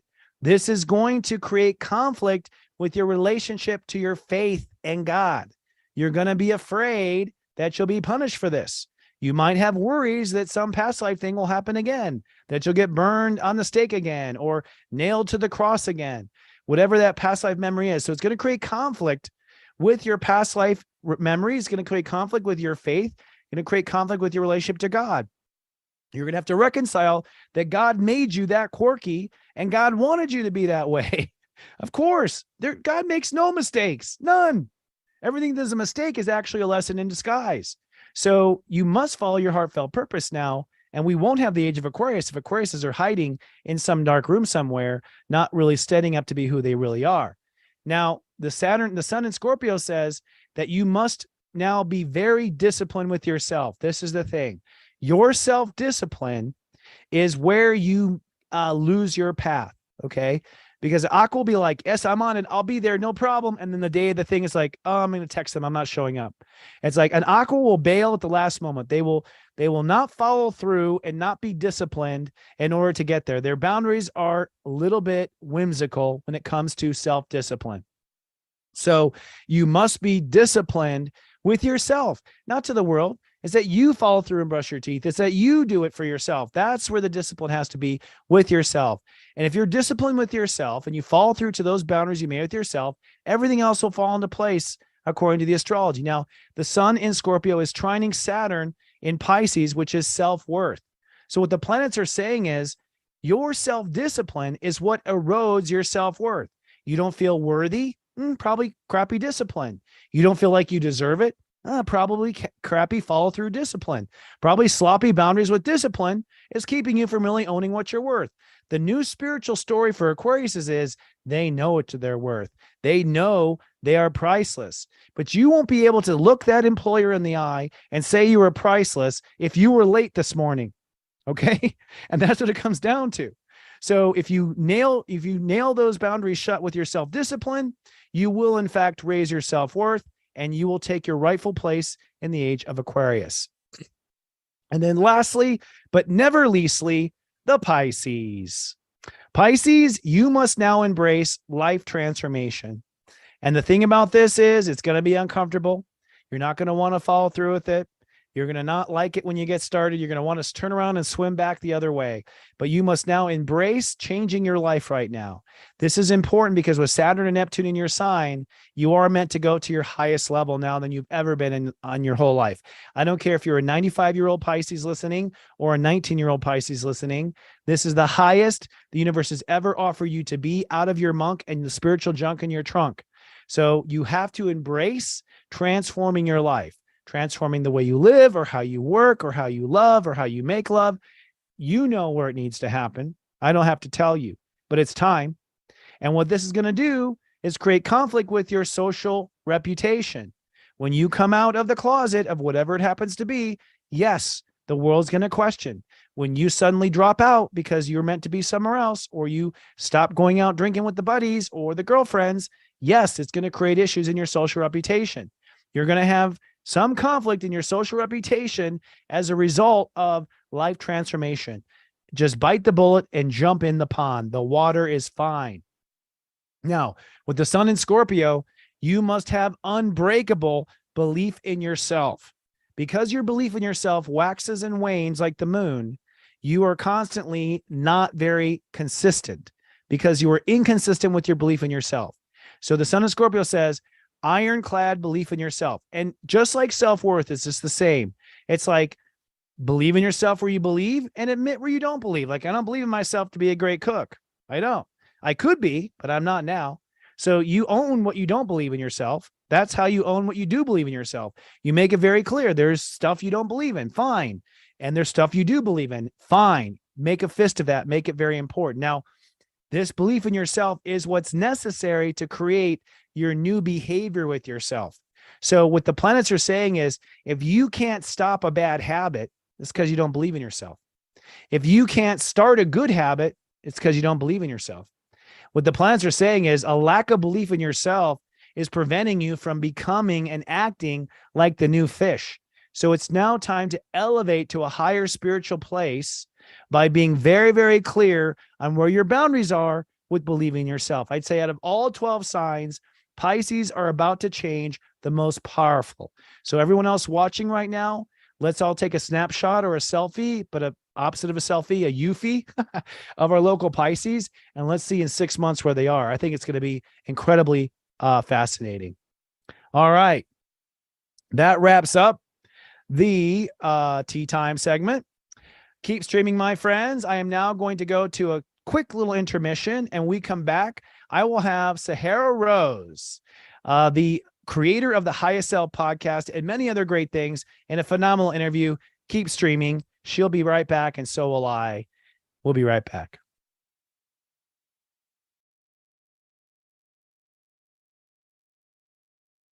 This Zodiac Weather is from Saturday, October 21st to Friday, October 27th, 2023. Looking at your weekend mood forecast, this weekend may be a little tense because we move forward with our relationships and it may cause some conflict. Let's drill down. On Saturday, it's sunny and courageous. Step 27 means Mars rules the day. The universe is giving you the signal to move ahead with relationship changes. And with the sun squaring Pluto and the moon crossing Pluto, you're likely to feel some major tension. On Sunday, it's overcast but conscientious. Step 28 means Earth rules the day. This is a day where you are officially manifesting these new relationship paradigms. Plus, Venus trines Jupiter, which means you're now looking at a new story in daily life. Mercury trines Saturn, which means you're also starting a new spiritual story. Mercury enters Scorpio, which means you then will feel a new ground zero with your life, and the moon in Aquarius allows you to detach to all of that. Taking a look at your 5-day moodcast, the week ahead will be a little stormy as the sun moves into Scorpio and forces you to redefine boundaries with yourself. On Monday, it's stormy and responsive. Step 29 Libra means Chiron rules the day, so you may be tested on all your relationships or anything you learned in the Libra transit. And later in the day, the sun enters Scorpio, which may leave you feeling a little vulnerable. On Tuesday, it's cloudy but profound. Step 0 Scorpio means Pluto rules the day. This is the day where you officially begin to redefine your personal boundaries. You're also rebooting your life and purpose. With the moon in Pisces, you're feeling your spiritual calling. And with the sun trining Saturn, this is the official beginning to the story you were born to live. On Wednesday, it's sunny and serious. Step 1 means the sun rules the day. Your heart is the ruling state of awareness. You are feeling the boundaries around your self-love and committing to this new foundation. With the moon in Pisces, you're emotionally replaying your karmic story. On Thursday, it's sunny and rather sensitive. Step 2 means the moon is ruling the day, and the moon is in aggressive Aries.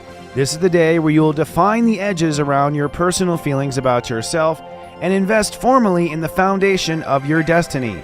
And then on Friday, it's sunny and hopeful. Step 3 means Jupiter rules the day. This is a day where you are formally protecting beliefs about yourself and learning to muster the strength to stand up for yourself in the new way. With the moon in Aries, you are releasing any aggression around past trespasses or mistakes, and these feelings are the emotional buildup to the full moon in Taurus lunar eclipse, which apexes tomorrow afternoon at 4:24 p.m. Eastern Time. It's serious joy, joy, joy.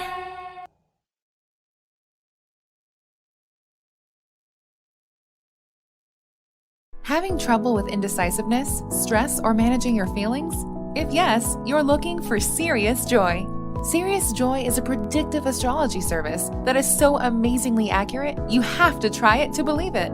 Just enter the date, location, and time of your birth, and Serious Joy will calculate your life story using our proprietary step astrology algorithm. It's that easy. Serious Joy is your guardian sensei in the cloud. Every alert message is custom written for you. You are coached into your strengths and warned about weaknesses ahead of time. And say goodbye to surprise mood swings. If it sounds too good to be true, then try it for yourself. If you're not convinced Serious Joy knows you better than you know yourself, cancel anytime. Get serious about your joy. Visit SeriousJoy.com.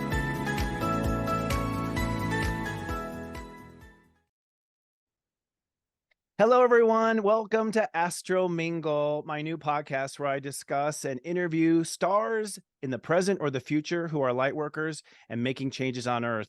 Today, I'm so excited to have Sahara Rose as my guest. She's an author. She's a spiritual podcaster. She's a teacher. She's a soul entrepreneur, and she's a pioneer in this industry. I have to tell you, she's a fascinating person, and I'm excited to have her here. She's been called, quote, a leading voice for the millennial generation into the new paradigm shift. And that quote, by the way, was written by Deepak Chopra, who also wrote the foreword of all 3 of her books she authored. Her first book, Eat, Feel Fresh, Idiot's Guide to Ayurveda. Her second book, A Yogic Path, Oracle Deck, and Reflective Journal. And Discover Your Dharma, her most recent book, A Vedic Guide to Find Your Purpose, You may also know Sahara from her hit podcast titled Highest Self Podcast, which is the #1 spiritual podcast on iTunes with over 35 million downloads. On her podcast, she interviews top spiritual teachers and shares her own inspiring solo casts about tuning into your intuition, living your soul's purpose, and embodying your fullest expression. And if that's not impressive enough, Sahara is also the co-founder of the Dharma Coaching Institute, the world's first accredited school that certifies Dharma and spiritual life coaches. And she's also the founder of Rose Gold Goddesses, a divine feminine mystery school. So with waves of love and gratitude, please help me welcome to Astro Mingle, Step 23 Capricorn, Sahara Rose. Hi, Sahara. It feels so good to be here because I'm such a huge fan of your work, as you know, and I've been a Serious Joy subscriber. I just got the text, I believe, 4 years. Oh, wow. And yeah, so like since the beginning, since before 2020. So I'm an OG. I, listen to the daily pep talks every day. I listen to the mega monthlies. I've gone through my Venus quotient and my soul biography and everything. So I'm excited to be here with the fellow light workers. Thank you. I'm honored. I truly am. I think you're an amazing force of light. I mean, I've been waiting to do my own little podcast where I can interview people like you. I had the pleasure of being on your podcast that I was very grateful to be a part of. And in front of the goddesses one time as well, which was also, whew, talk about a psychic blast of divine feminine, like when I was in front of your group. So I'm really grateful to be working with you. And I've been waiting to have you on my show until I ramped up to enough of momentum and got myself all polished for you, because you are a pro. As I mentioned, a step 23 Capricorn. We'll talk about that a little bit later, your chart, if you don't mind, a little bit. I mean, nothing. Jupiter and Leo. Jupiter and Leo, you're fabulous, as your hair is presenting right now, the fabulous Jupiter Leo mane. Sagittarius rising, I might as well say Capricorn, Capricorn moon, Sagittarius rising, step 23 Capricorn. You've got a super stellium in Capricorn. We'll talk about that as well. But what's most amazing about you is you're like just a hair past your Saturn return. Like, you know, with all due respect, you're so young and yet so accomplished. You know, how did this start for you? I have a sensation that it's maybe past life, but when did you first get on your own spiritual path in your personal life? Yeah, I mean, the main catalyst for me was really my health issues that happened in my early 20s. So when I was Okay. around 21 years old, I was, kind of following the raw vegan diet, doing a lot of yoga, and I lost a lot of weight. And at first, I started to get digestive issues, and I stopped getting my period. And a few months Wow. passed. Eventually, for 2 years, I didn't get a menstrual cycle at all.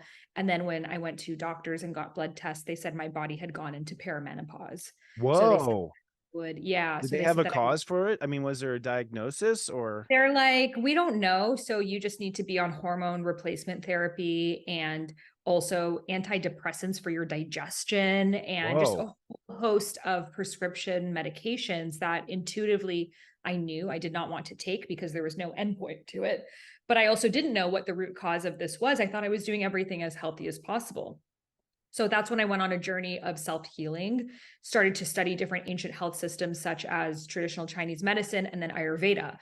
When I learned about the doshas, which are the Ayurvedic mind-body types, and I read about Vata, which is the air energy, which mentally it described me to a T, my personality, creative, idealistic, thinks outside the box, fast moving, but also the shadow side, anxiety, insomnia, has a lot of ideas and projects, but doesn't know how to finish them. And then in the body, dry skin, slow digestion, low hormones, bloating, gas, constipation. So for the first time, I saw my mind and my body described under one archetype.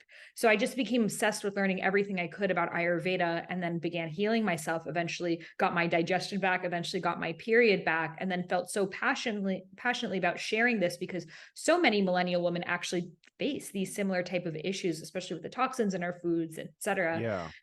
So I knew I wanted to write a book about this. And that's what began my journey of stepping into my Dharma. I've never met an author. No woman in my family has ever worked. You know, my mom escaped from the war and revolution of Iran. She was a refugee. My dad was an immigrant.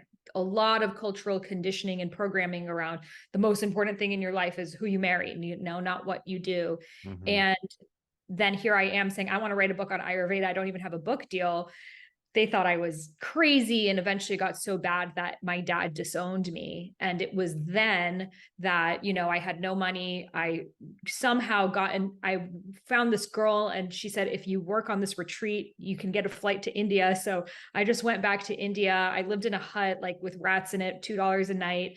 And I just put Wow. all my energy and focus into trying to write this Ayurveda book. Flash forward, a few years of not knowing how to write a book, eventually getting rejected by 30 different publishers who all told me the same thing that my parents did. You're too young. No one cares what Ayurveda is. You're not a doctor. It's never going to happen. But I just knew in my heart that I had gone through these issues for a reason. And there had to be a way for me to get this book out into people's hands. And long story short, that literary agent who I was rejected with all the books, she was approached by the Idiot's Guide group looking for someone to write Idiot's Guide to Ayurveda. I applied, got the job, walked up to Deepak Chopra at a conference. He wrote the foreword of the book. And then all of a sudden I was on a totally different trajectory of my life. So I share this because it was really through my obstacles that my offerings came online. And so when did that process, how old were you when that started? So I was 21 when my body went into perimenopause. Wow. Okay. I was 23 when I began healing it and moved back to India. And then I was 26 when I got the book deal for Idiot's Guide to Ayurveda. You've got some ovaries. Like, you flew to India by yourself.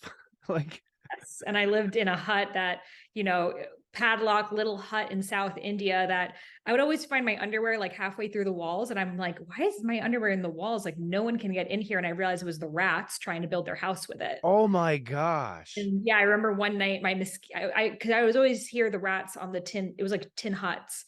And I would always hear the rats. And one day I woke up because they were so loud and my mosquito net was like inches from my face because the rat had fallen on there, that it was like inches away from my face. So I share this because it was to that level that I was willing to be in the discomfort and be in the unknown of trusting that if I have the time and space for my book, it will happen. Even though in Boston, where I grew up, I had a comfortable life, but going back and living with my family meant I would have to play by their rules and, get married and get a normal job and live under patriarchal conditioning. And I just wasn't willing to do that. And so you just got on a plane and went. I mean, there's no like Airbnb for huts. Like, No, I met this girl I met this girl in Bali, and she was hosting a retreat in India. And she said, if you teach Ayurveda and dance on this retreat, I'll get you enough money to buy a plane ticket. And I said, okay, that's enough. And then from there in India, you can just, I stayed in the back of restaurants and huts. It's about $2 a night. It's very cheap. Wow. Amazing. Yeah. Did you have any, now in our 20s, we're a little young for past life flashbacks, but it makes me feel like you must have had a past life in India to be drawn at that age. Cause I believe everything before Saturn return is like past life recre. Did you have flashes or realizations? It's crazy because even when I was a kid, I mean, I look extremely Indian and I'm Iranian, and it was combined, and I do have some genealogy there, but I would watch these Bollywood movies and cry and listen to the music and feel so nostalgic. And even my family friends would ask my mom if I had Indian teachers because I had an Indian accent. And like, I was just drawn to all things Indian. And it's very interesting because once I went there, I went to a specific palace called Rambagh in Jaipur, and I knew my way around. 100%. I was a Maharani that lived there. And then I had another dream that I was flying over the map of India, and it showed me this river called Sarasvati River. And it said, this is where you're from. So I woke up and I Googled, where is this river? This river dried up 10,000 years ago. It was the river of where the original Vedas were written. And I realized that I was dating this Indian boy, and he brought me to his grandfather was a pundit, which is like an Indian like priest. So he brought me to the village, which was like in the middle of nowhere. And it was exactly there where the Sarasvati River was. So it even like put him on my path to bring me to this river. So now I've had many memories of me being under, the Bodhi tree with my like 6 students and sharing with them this wisdom. Except what happened in that lifetime was Ayurveda was really used as a kind of like a patriarchal and religious text at that time. They wanted the rishis, the transcribers, to kind of make it for the elite and add in religion into it. And I said, I will come back in a future lifetime and bring it back to the people as a young Western woman. And that's what I did in this lifetime. So I went on to write 3 books on Ayurveda and, have introduced thousands of people who've gone on to become Ayurvedic practitioners. And, I was recently in a big documentary about Ayurveda. And I believe that was one of the first soul contracts that I had. After 7 years of really teaching Ayurveda, I could feel that soul contract was complete. It was time for me to go into the deeper understanding of the purpose of health. Like, why do we want to be healthy? What do we do with this health? Right. And that's what led me to Dharma. Interesting. And before we move on to Dharma, would you just explain for the audience what Ayurveda is? It's a component of yoga, right? It's a companion component based on health and nutrition, but obviously you have a better definition. Yeah. So it is the sister science of yoga based on the mind-body connection. It is believed to be one of the world's eldest health systems. And really it's about eating right for your dosha, your mind-body type. So the 3 types, Vata, air energy, Pitta, fire energy, Kapha, earth energy. And then there's a host of different herbs and yoga practices and meditations as well that work alongside it. And how does one find their dosha? I have a quiz that people can take on my website, Okay. on sahararose.com. You can find that there, and that's a good way to get started. Okay, awesome. And yeah, we'll say that too. I am sahararose.com. And there's a lot of cool quizzes there. It's like modern spirituality Cosmo. Like I was taking some. Also, I'm a visionary like you, by the way. I just want to say that. So I took your Oh, of course you quiz. are. You're such a visionary. Yeah, it's awesome. So there's like archetypes. There's a lot of great stuff there, and we'll put this up at the end of the show as well. So at some point you transition into your own yogic deck, basically a yogi deck. Tell me about your deck. It's based on your Eat Feel Fresh book. Is that what it's based on? Yeah, so a yogic path is a deck that takes different Vedic concepts such as the deities. So a lot of us have heard of Lakshmi, Durga, Kali Ma. So I've taken the original ancient statues that were from there and kind of brought it to life with modern collage, as well as the chakras, different yogic archetypes. So it's an oracle card deck people can work with. And then it also has a journal and note cards as well. Okay, and you had a friend that actually illustrated it as well. It's really beautiful. Is there a reading component to that, as far as like pulling a card that's sort of working with higher self? Yep, we have different spreads that people can receive for free when they submit the book. But I love for me, I love to close my eyes, and even before I look at what the card, I intuit what the card has to say. Because ultimately, I believe oracle cards are just for us to access our own intuition, and they just serve as a reflection. So my favorite way of doing it is to close my eyes, move my hand over the deck, see where I'm intuitively called, place the card between my hands, and then let my intuition tell me what I believe this card has to say for me before even looking at it. And sometimes that in itself is just enough. And then I pull the card, and then there's a guidebook. But I like to really look at the art and let it speak to me, because I believe the same statue, the same chakra, can have a completely different understanding to your life based on where you are. Got you. And would you call yourself an empath or a psychic or an intuitive? Oh, yes. The main way my gift comes through is through channeling. So it seems like that, especially in your shows, like you just have this fluency like to your conversation. It's like you're constructing it way ahead before you actually say it. And I think Scorpio rules your 12th house. So are you a person that gives readings, for instance, or has given readings to girlfriends and stuff, or?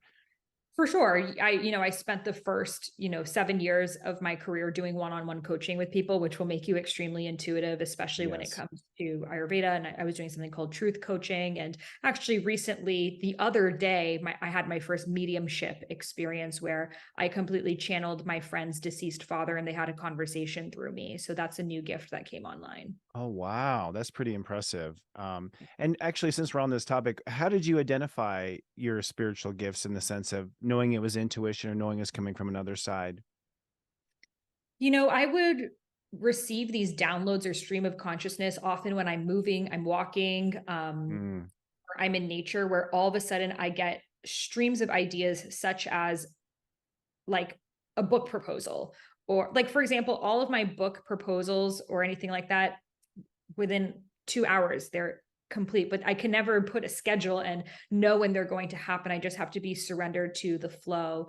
So I noticed also when I would be in conversation, sometimes something larger than me would take over, and I just had to almost lean back and let the words come through. And so, I've also been doing my podcast now since 2017. So I would recognize when I would get into this flow-like state, if I could just get on the mic, I would deliver and channel something that I could, was really a teaching for me as well. And in my life, I've gone through the experiences that I am here to share about, such as the Dark Night of the Soul I went through this past December. And I know it's for a greater reason of transmutation for the collective.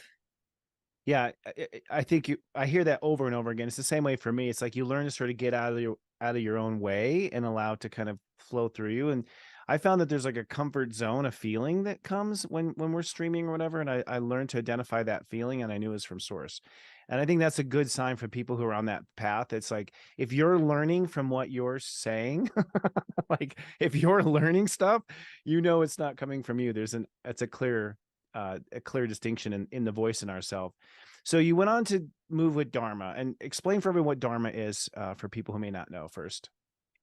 So the word dharma, the original Sanskrit definition of it is your unique purpose, your jigsaw puzzle in the universe. I see it as your soul's frequency or energetic signature. And it's you in action, right? It's the way that you manifest into this reality, what you're here to share, projects you're meant to birth, the way that you communicate to people, that unique essence that you bring to everything that you do. So it's beyond just your career. It's beyond just your what. It's really your how and why. So for example, someone's dharma can be to bring beauty to the world in a certain way, right? Like Frida Kahlo. And she can do so with her painting, her fashion, her interior design, her events, her poetry. There's all of these different ways that you can express that dharmic frequency. And so it feels like it's a spiritual purpose in essence, almost like your bucket list in heaven, like of what you intend. Have you calculated dharma into astrology at all and seen evidence of dharma in your own chart? What aspects have you noticed? A lot of people talk about the North Node being the main aspect of dharma because that is your North Star and compass. But I would say really it's a combination of all of these things. Like I notice I really feel my Jupiter in Leo, especially right now. I love entertaining. I love speaking. I love doing all these things. I think your midheaven has a lot to do with it as well, which is where you're heading. I'm curious, how do you see it? Well, that's what I'm sitting. I'm nodding. Yes, I agree. To me, I think the nodes are the way, like, so it's like the way to that dharma, like the process we must follow. So they definitely are a huge piece of it. But the North Node in itself, I don't think is the final destination. I think it's sort of the way to the destination. I always look at the galactic center for one, wherever that happens to appear in your chart, because I personally feel that that's our own promise to the universe, what we promised we give the Milky Way, the gifts that we would give the Milky Way. Absolutely midheaven, without any doubt. And then you could look at some karmic aspects too. Like I think, and that's what is my next question for you. Do you feel like part of our dharma is dharma exclusive from karma that you're learning? Like dharma and karma, are they two separate?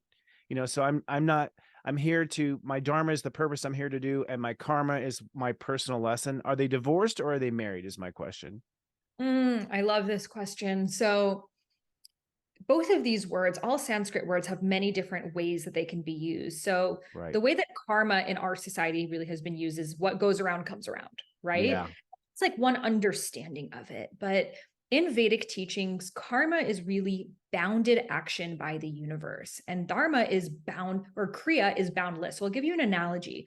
We were all born on a highway, and that highway is taking us to our dharma. It's our North Node. It's our who we are meant to be, how we're meant to shine. And we're all born in flow. We're all born in alignment, right? Yeah. However, as we go through life, there's various obstacles, which are related to past life, ancestral karma, the things that our soul came in with, depending on the direction and even the severity of the karmas. And these tempt us to go off track, right? Okay. So the first exit might be, you know what, you have a learning disability, so you're never going to amount to anything special. And another exit might be, well, no one in your town does anything important, so you might as well just give up now. Another one might be, well, your parents will not be happy with you if you try to do this, so you should just get off. Another one might be, well, you'll never make money doing something creative. Like, who do you think you are? Or, well, if you don't do it right now, it's going to be too late. And everyone from your demographic is always like this. So all these different exits, and they're very tempting and they feel very real. And everyone we know tends to get off on one of these exits, right? So when we do, the universe responds like the barricades on the highway, the karma. And it first says tap, tap, tap, something's off. You feel anxious. You don't feel in alignment. But the thing is, we're so used to living like that we tend to continue to go off course. Everyone we know is on that course as well. So then the universe gets louder for the protection. Punch, punch, punch. Listen to me. Something's off. It's time for you to redirect. But still, we don't listen. Drink more coffee, self-medicate. Life's tough. Get a helmet. Keep it moving. Right. And then eventually the universe is like, okay, hell no, you better start listening to me. Smack, collision, health challenge, on your knees moment. And oftentimes that's the level of breakdown we needed to make the massive shift that needed to be. And then some people don't. They live breakdown after breakdown too. right? Yeah. But these breakdowns, these barricades are not there to hurt you, but they're there to protect you. They're there for you to make the U-turn.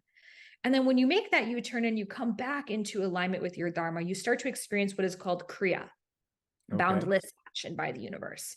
So that is synchronicity, flow, meeting the right person at the right time. I love Kriya. Yes, who said the right thing. And they listened to this Astro Mingle and they heard exactly what they needed to hear. And that leads them to having a realization, that leads to them writing their new book, that leads to them speaking on stages. And then before they know it, they're in a completely different timeline. Yeah. And that is how life is meant to be lived. And I remember going from a lot of karma with my family and my health challenges and financial instability to all of a sudden getting this book deal, writing the book, Deepak Chopra writing the forward of it. And I couldn't handle it. I was waiting for the other shoe to drop, because we hear, well, when things are good, they're probably going to go bad really soon. So brace yourself. And I remember emailing Deepak and I asked him, I said, is it even possible to always be living in Kriya, or do periods of flow have to be followed and balanced by periods of inertia to, keep it in harmony? Great question. And and he said, Sahara, if life is not always in Kriya, then something's wrong. Really? Wow. That's I was like, huh, something's wrong. but also this could be my new normal. I can always have this level of synchronicity and flow and divine alignment and letting I'm feeling like I'm in the back seat of the universe and it's taking the wheels and I'm here on this journey that's, I took 2 steps, but I'm 10 steps ahead because of the divine support that I'm receiving. And my life, of course, I've definitely had my karma moments, which we'll speak about, but my life has been unexplainable by not just the success, but the freedom that I've experienced, the purpose that I've experienced, the sense of liberation that I've experienced, because now I know the language of the universe. I can feel when the karma is coming, and I don't have to as often hit those rock bottom moments, but instead can fine tune and feel the wind and feel, okay, something is feeling a little bit off, rather than me try to take a bunch of action and get it right. Let me go in, process, let this kind of smelt out so then I can feel where the universe is trying to guide me. That's brilliant. Brilliant answer, by the way. So karma, then, I've always kind of felt karma was a bit of a spiritual memory to some degree. And there can be good karma as well as negative karma, right? So you're describing karma as sort of the guide rails that keep us from going off of our Dharma path, is what you're saying. But I would also, in that understanding. And then there's for sure past life and ancestral karma as well. Okay, that's what I was wondering. So it seems to me that you were, 1,000 years ago staring at the river in India and said, one day, and that sort of gets recorded by the universe. And one thing I've learned just from studying Yogananda and studying the yogi path is be careful what you wish for, because it seems like those wishes carry on to other lives, in the sense that if your heart really wants something, if you want to be rich and famous. In fact, I read one story in Yogananda's book where it's just they had to create a castle. And if you remember that chapter, it was the Ascended Masters had to create a castle for him because the man had wanted riches when he was a very young soul. And it's he couldn't ascend off the planet until he had experienced the riches. And it was for the purpose of fulfilling the Dharma, fulfilling the karma, not necessarily riches itself. So it seems it was karmic that you wrote that book. It seems to me, right? Absolutely. It was something that I needed to complete from other lifetimes. And then I could also feel when that soul contract was complete. And it was almost I needed to reach a certain level of bring Ayurveda sort of back into the sphere and then hand it off. And now there's so many people speaking about it that then my soul brought me onto Dharma. And now it's bringing me into sensuality and relational healing. So I just continue. I think the old paradigm is you have one career and you only do that thing forever. Whereas the new paradigm is to really listen to what God is assigning you to do and share right now. Yeah, that's well said. We often think of it as a failure, or we weren't able to complete that career. And I almost find, I don't know, I'd like to know your opinion on this. It's by the time I actually do it, I'm already over it. Oh, 100%. Because the physical plane, it takes so much longer that I'm always I don't even want to write a book, because in 2 years, by the time it comes out, Lord knows where I'll be. It's totally true, but it's sort of almost like a sign that that's the time. And so you talk about that completion of that soul contract. It's you feel over it by the time you're ready to deliver it, and you're on to the next thing, and you're just like almost following through, saying, I made this promise to the universe, I got to do this, but I'm already interested in the next top. I find I'm interested in the next thing before I complete the last one. Well, I believe that's why our souls chose to incarnate at the time of the internet, because in the old paradigm, the only way to get information out was you had to get a book agent, get a book deal, wait for the book to come out, and hope you get on Oprah, and the Right. producers have to like you have to be mainstream enough, otherwise forget it, right? Whereas now I can, in real time with how I feel, share this, and it's going to come out, I don't know, like tomorrow. And it allows us to like a book that was written in 2020 is going to carry such a different frequency than the world that we're in right now. So I believe that the internet is here to support these faster iterations of content and ideation, so we can propel and innovate on a faster level. I agree. I think it's fascinating. And to me, it's almost a parallel to how heaven may work, in the sense of, I think of my friend, bling, oh, they just text messaged me. There's this instant sort of like God's mind, I think, with all the internet and the way things are wired, and the fact that, and then what's weird is like someone just starting on their path finds your podcast from 5 years ago, and it's perfect synchronicity, timing for them. It's fascinating. I think of you as a super millennial. You are a millennial, Generation Y, right? Absolutely. In your generation, certainly a leader among your generation. My experience with your generation is they don't know their Dharma. Like, that's the number one question I get in every reading. Like, where's my soulmate? What's my purpose? I could retire off those two questions alone. What do you find in your generation as far as understanding their path? Are you the only one, or is this something common? And do millennials have the wrong rep? I believe that we are the first generation that knows a life prior and with the internet.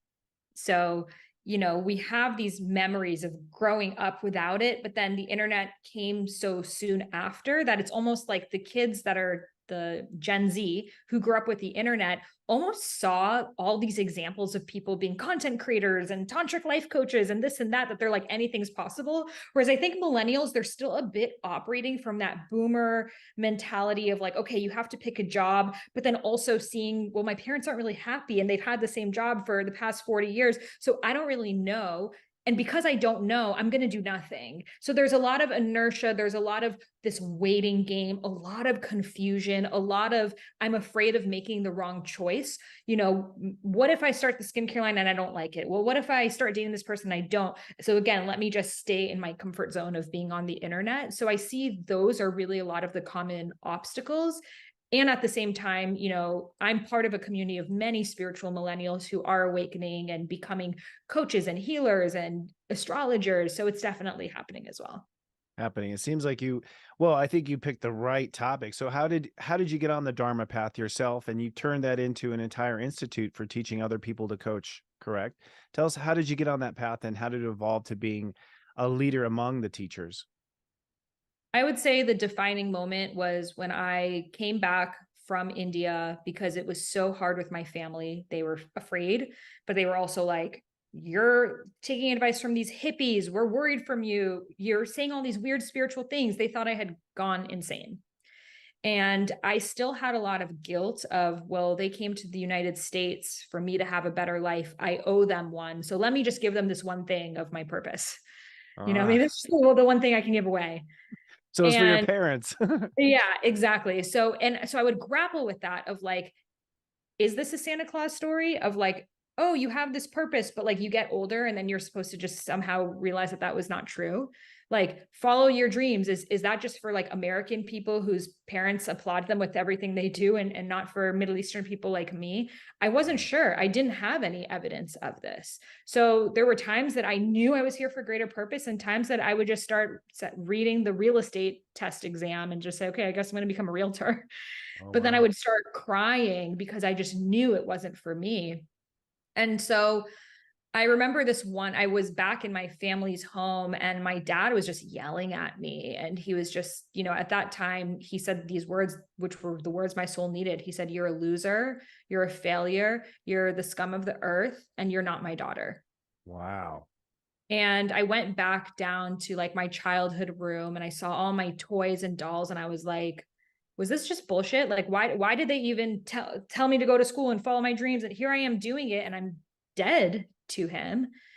Hmm. And then I realized this numbness just took over me. And I said, well, if I'm dead to him, then I'm just going to live for myself. And I'm going to stop waiting for the approval and for the you're good enough and for the gold star that I had been subconsciously living for my entire life. And that's the wave that I needed to just detach from trying to get anyone else's approval. And from that point over, I just said, I'm going to make this book happen at any odds possible. And I moved with my grandma. I said, I'll help you with your groceries and things like that if I could just have somewhere to stay, and continue to write that book. And then it was while living with her that I met the girl who introduced me to the literary agent, that I got the forward by Deepak Chopra. I was living at my grandma's house at that time still. That's So awesome. yeah, so I would say once I was able to make that book happen, I just put everything I could into getting it out there and getting on podcasts and just figuring it out. You know, how does online marketing work? How does blogging work? How does this work? How does that work? I just was obsessed. I just kept figuring it out. And then after, you know, creating some success, people started to ask me, how did you do it? How did you go from this like confused girl living with your grandma to now 2 forwards by Deepak Chopra and having an online business, and, you know, then going on to creating membership communities and speaking on stages, and the Dharma Coaching Institute, which is now the highest self institute that has a number of certifications. And that's what led to me kind of looking back at what were those pieces of the puzzle that I realized, because I did a lot of study of archetype and different spiritual discipline, but in my own way. And that's what led to the book, Discover Your Dharma. Fascinating. And I want to underscore, I think, the magic moment in your story just now, which I think is sort of true for all millennials, is, you know, Pluto and Scorpio. Most millennials have Pluto and Scorpio basically. And in my spiritual research, the Pluto Scorpio generation lived in past lives where they were not capable of drawing their own lines and setting their own boundaries. They literally are boundary ignorant. So they were all sort of imprisoned in arranged marriages, or imprisoned in organized religion, or pretty much, or the ones imprisoning others. It could be flip side, the shadow, or the light. And when you decided to draw that boundary between you and your father and say, I'm going to isolate and define my own walls, to me, that is the liberating moment I see over and over again with millennials. When you claim that boundary and you decide, no, I'm writing the rules. I'm deciding what the boundaries are, Pluto and Scorpio. And I find quite often that that's the initiation, probably to their Dharma purpose, or at least the first step 0, as I like to say, to making that happen. So it's pretty fascinating. It's Pluto and Scorpio is for most, I think it's till 97, and millennial, I think, goes to 2000, if I'm not mistaken, according to the books. But and I think it's great that you are now, you know, what I really love about your work in the Dharma Institute is the fact that you have created a school basically to be certified in how to spiritual coach, which honestly, did the Catholic Church even do that? Like, you know, honestly, where do you learn how to be, you know, how to coach others? I think so many millennials in particular want that, but don't know how. I know a lot of my viewers right now want to be, and to me, it's the number one career of the future. Because once robots are picking our fruit, that's what I always say, the only job we're going to have is learning and growing and expanding and sharing our talents. So kudos to you and your partner for creating that institute. It's phenomenal. And just now, since we're pitching it right now, what is that like? Is it how long of a program is that? What do people experience? Tell us about the program a little bit. Yeah. So, you know, I love what you just said, because we were in the information age, right? That's really what the 90s and early 2000s is about. Go to a 4-year school, get your bachelor's, have information, and that's how you're going to get success in the corner office one day. And now that we were just talking about AI and all these different things, information doesn't mean shit anymore. There's so much information out there. It's how can we conceptualize and synthesize this information? How can I decipher what's for me? And that's what people are really struggling with. And so now we've entered this conceptual age that I would say 2020 was really the catalyst of that. And that's where coaching comes in, helping people understand who they are, what their desires are. You know, only 50% of Americans feel comfortable sharing their dreams with their significant other. Wow. So 50% of people wouldn't even with their significant other share their dreams because they're afraid of the judgment.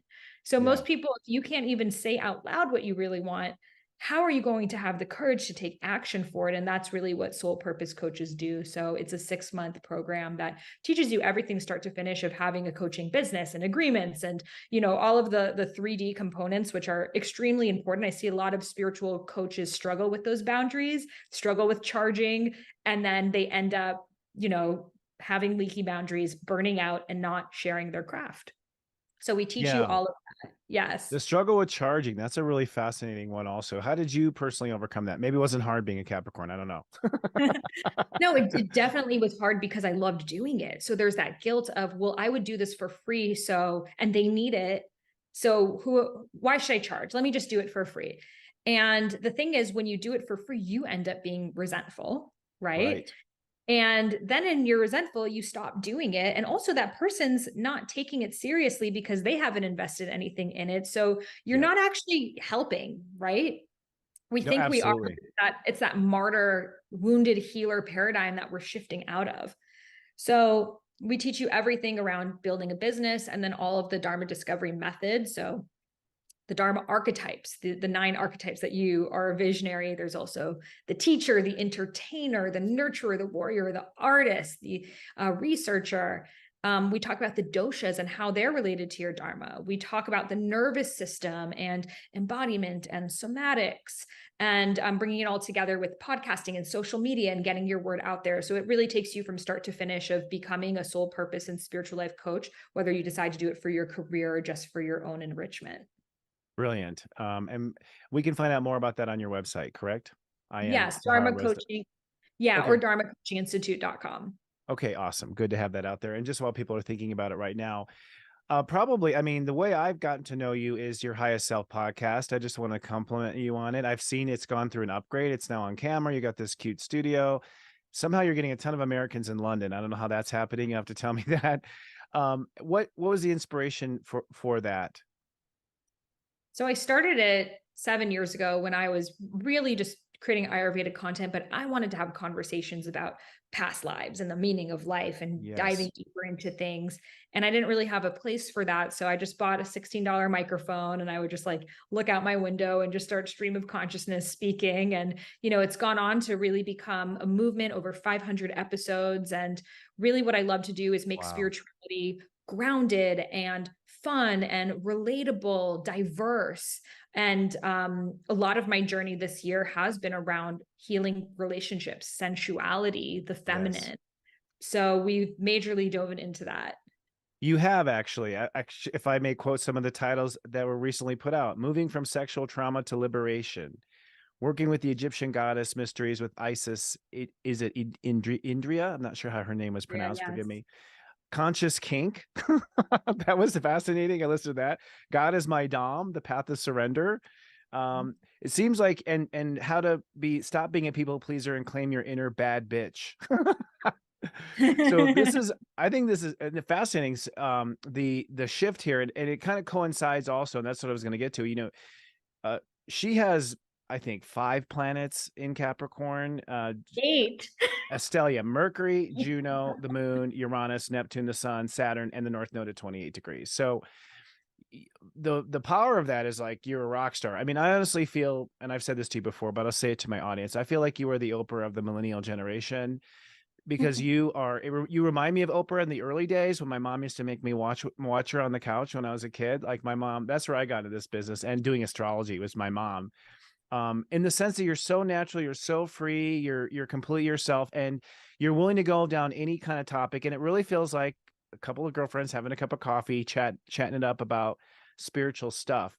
But Pluto, as you may probably know, went through Capricorn. It's still at the very edge of Capricorn from 2000. I've been Googling the dates. I'm like, what has this done? So any astrologer will tell you, when Pluto conjuncts a planet, it's like being booted to the head. It's like a smack upon your head. So you were smacked 1, 2, 3, 4, 5, 6, 7, smack after smack. And so everything we've just heard about your success, it was all under this duress of Pluto. But it seems like, and this is very typical for Capricorns, because they're that mountain goat that can sit on the edge, it's like they don't really get taken down per se. That dark night of the soul that you're speaking to, they don't usually get taken down until the very last moment, because they just hang on that edge to the very edge and the very cliff. And then all of a sudden it just all sort of falls apart and reboots. And it sounds like you had that Pluto Capricorn reboot last year, what you call it, the dark night of the soul. Tell us about what that was like as a Capricorn and as a woman. I'm curious what was happening December of 2022, because I've realized that was my dark night of the soul, and a lot of people I know had that. So what was going on? So Pluto was at the very final degrees of 28, 29 degrees of that. Saturn also was finishing up in Aquarius, which was Saturn moved into Pisces in March of 2023. So you had Saturn in the high degrees of Aquarius, which was saying, okay, it's time to raise your vibration. It's, for those who are up for this ride, for those who are going to go on this path. And then Pluto Capricorn says it's time to transform your power. So it was a double whammy of raise your vibration and let go of your control issues. And so for Capricorns, being told to let go of your control issues, what do you mean? That's who I am. I mean, like, and that control, by the way, isn't controlling others. It's, controlling their headshot, making sure that they have the final signature and that sort of thing. I think for you, though, it hits your Saturn and your North Node. So, and I think we law of attract people who are on the same journey or on the same timelines with us too. So probably a lot of people, I think, went down with that. What was the triggering agent for you at that time? Yeah. So when I was 24, I entered into a relationship with a step 23 Scorpio, who also now is a subscriber to this platform. Oh, really? Shout out. Yeah, exactly. Hey. And it was definitely a dharmic and karmic relationship. He was also Middle Eastern, and there were a lot of threads of patriarchal conditioning in both of our backgrounds. And so in December of 2022, I found out some information that had caused me to have to leave the relationship. And this was, to me, completely unexpected, shocking, beyond hurtful, my biggest nightmare, and I thought that I had my life figured out. I had been, teaching people about spirituality. I had already created Dharma Coaching Institute and all of these things. Again, this is just less than 1 year ago. And all of a sudden it felt like this blind spot that I had no idea about that changed everything. Now, where am I going to live? Like, how am I going to heal from this thing? And it really causes you, I think the hardest thing is you start to question yourself. Like, how did I not see this? And the lack of self-trust and your own intuition, which is the biggest travesty. And at the same time, I knew, because I've gone through dark nights of the soul before, that this is just the shitty part of my next memoir. And somehow, however I get through this, I will share this with other people. But this is the biggest one I've ever experienced in this lifetime so far, because when it's matters of the heart, it hits so deep. I think there's like an understanding of growing up and defying your parents, and it's like a cycle of life. But when you're married and you think you're going to spend the rest of your life with someone, and then all of a sudden you're kind of given the red pill overnight, and it's like, oh, here's the truth and the reality, and you guys are just not compatible, and start from scratch. It was beyond, I fully died. That old version of me just died. And what was interesting was I was supposed to go to Bali, and something within me, the day of my flight to Bali, said, don't go. Just some fears were coming up, and I could only get credit on my flight, and it was Emirates. So I was looking at, where does Emirates fly? And one of the places was Egypt. And I was never really even into Egypt, but I thought, okay, maybe now is the time. I mean, I was planning to do more study on Egypt before going, but maybe now's the time. And my ex-husband was going to come with me. And I got the download that this trip is to heal my relationship with the divine masculine. So I invited my dad, who was, definitely my biggest trigger in this lifetime. Sounds like it. Come with me. And my dad, Iranian type A, very narcissistic, angry man who has a really compassionate side as well, but deeply traumatized and wounded. So he agreed. So he was going to come to Egypt. And then my brother, who was in Qatar at the time, was going to come. So I was supposed to go to Egypt with these like 3 men in my life: my dad, my brother, and my then husband. 4 days before, I find this information out. And now I don't know, do I cancel this trip to Egypt? What do I do? And my friend said, I'll come with you. So it was divine, because Egypt is the land of the dead. It's about death and rebirth. It's about letting yourself fully die and go into the womb and go into the tomb and let yourself become the dust for the new version of you to, in divine timing, ravel. And I knew this wasn't something I was going to push. I wasn't going to, okay, I've been reborn and here I am bright and shiny again. I was willing to die as long as it took. And I remember thinking, I'm probably never going to like to dance again, probably never going to like bright colors again. That old version of me that people saw on social media is gone. And I will be in this darkness as long as it takes. And I had never tasted true darkness like that in my life. Like I understood, oh, why would someone kill themselves? I never understood these things before, but I had to go there. Right. And from that place of being in Egypt and being in these tombs and pyramids and seeing these hieroglyphics, they started just speaking to me. And, Wow. the story of Ma'at, who, I don't know if you know this goddess, but she's the goddess of justice. Okay. And she's the one that weighs your heart when you die. I mean, exactly. okay. So when you die in Egyptian mythology, she weighs your heart against a feather and sees if it's lighter or heavier than the feather. And if it's lighter than the feather, you're not holding on to resentment. You go on to the next life. And if it's heavier, then basically you no longer live. And just in seeing the way that trauma is passed down intergenerationally, but knowing that I don't need to be the one to serve justice and, put him in his place and just trusting the divine order of it all. And at that time, there were two main deities, Sekhmet, who's the goddess of, she's very Kali energy, rage, standing up for the feminine. And I met this Egyptian woman there, and she says, I'm a Sekhmet devotee. I'll bring you to the Sekhmet temple. And when I was there, she said, do you want to become a Sekhmet devotee? And I thought about it and I said, no, because I don't want to use this lifetime on getting justice and the rage of the feminine. I stand for Hathor, who's the goddess of creativity. And this lifetime for me is about my art. And if there's anything I want to take from this situation is I want this to make me love even more. I don't want this to take away my ability to love and to trust. Like, let this heartbreak just break me even more open. And that's my prayer. And that will make this beyond worth it. And, the next few months of my life, it was like God showed me the next initiation. And from that death, I ended up in Bali, where the next seeds start to come online around compassion and forgiveness, not forgiveness in the like, I forgive you, but like to truly understand why. And then it took me into this path of expression. I've always loved music and dance, but being a Middle Eastern woman, being a wife, I felt like I couldn't really share myself in a specific way. I definitely was not doing podcasts about God being my dom. And, right. Yeah. And then, well, there's a distinct change. You can see the tone change between the other episodes and the new ones. Exactly. But go ahead, continue. Exactly. And I realized that I had been in a cage, that cage of, if I am too much, no man will love me. So let me live my expression. So I'm not too much for him, because I thought I had to choose between liberation and love.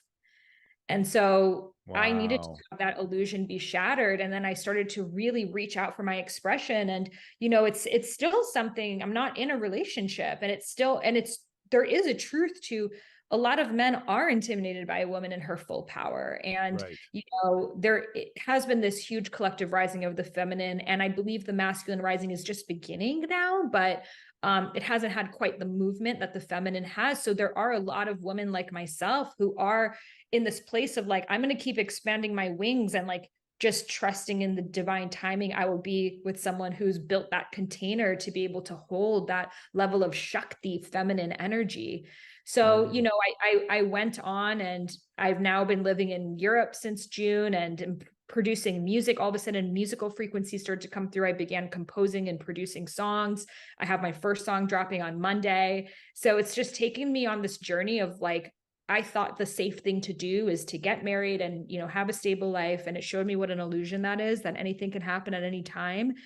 And that I needed to experience that early on. And now I'm like, yeah, I'm going to make music, and I'm going to twerk in Trinidad, and I'm going to talk about conscious kink, and I'm going to do these things because I'm the first woman in my family to even like have a sense of purpose. So I'm willing to take it as far as I can in this lifetime.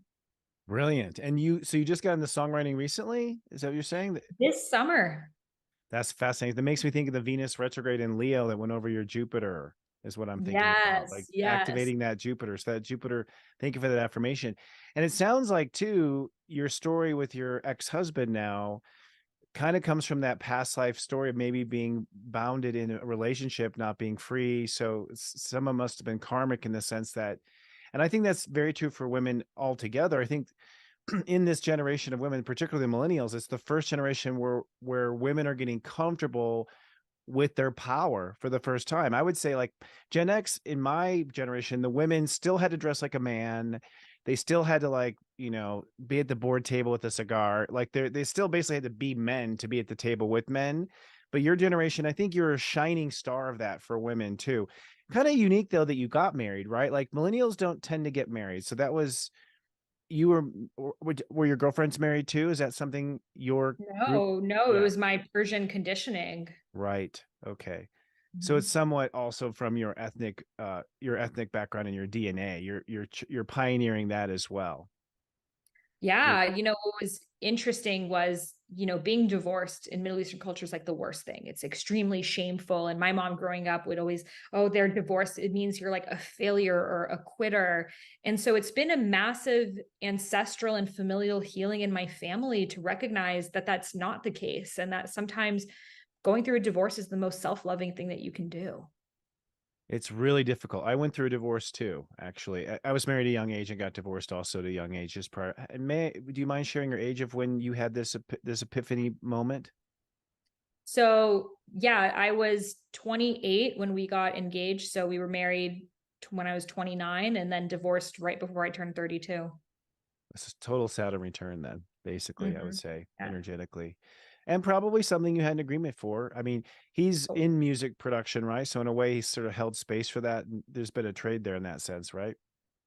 he was a music manager, but I Okay. think that he showed me that it's possible to even have a career doing music. And he was the first like Middle Eastern person I saw even doing that. So but at the same time, we were so different. We had very different lives, different friends. And I was just used to that because my parents had very different lives. So I Yeah. normalized, man goes to work and does his thing, woman does her thing. She gets her emotional support from her friends. Of course, she can never get it from her husband. So I had normalized the distance in our marriage because it's all that I had seen. And, now my prayer is for true companionship.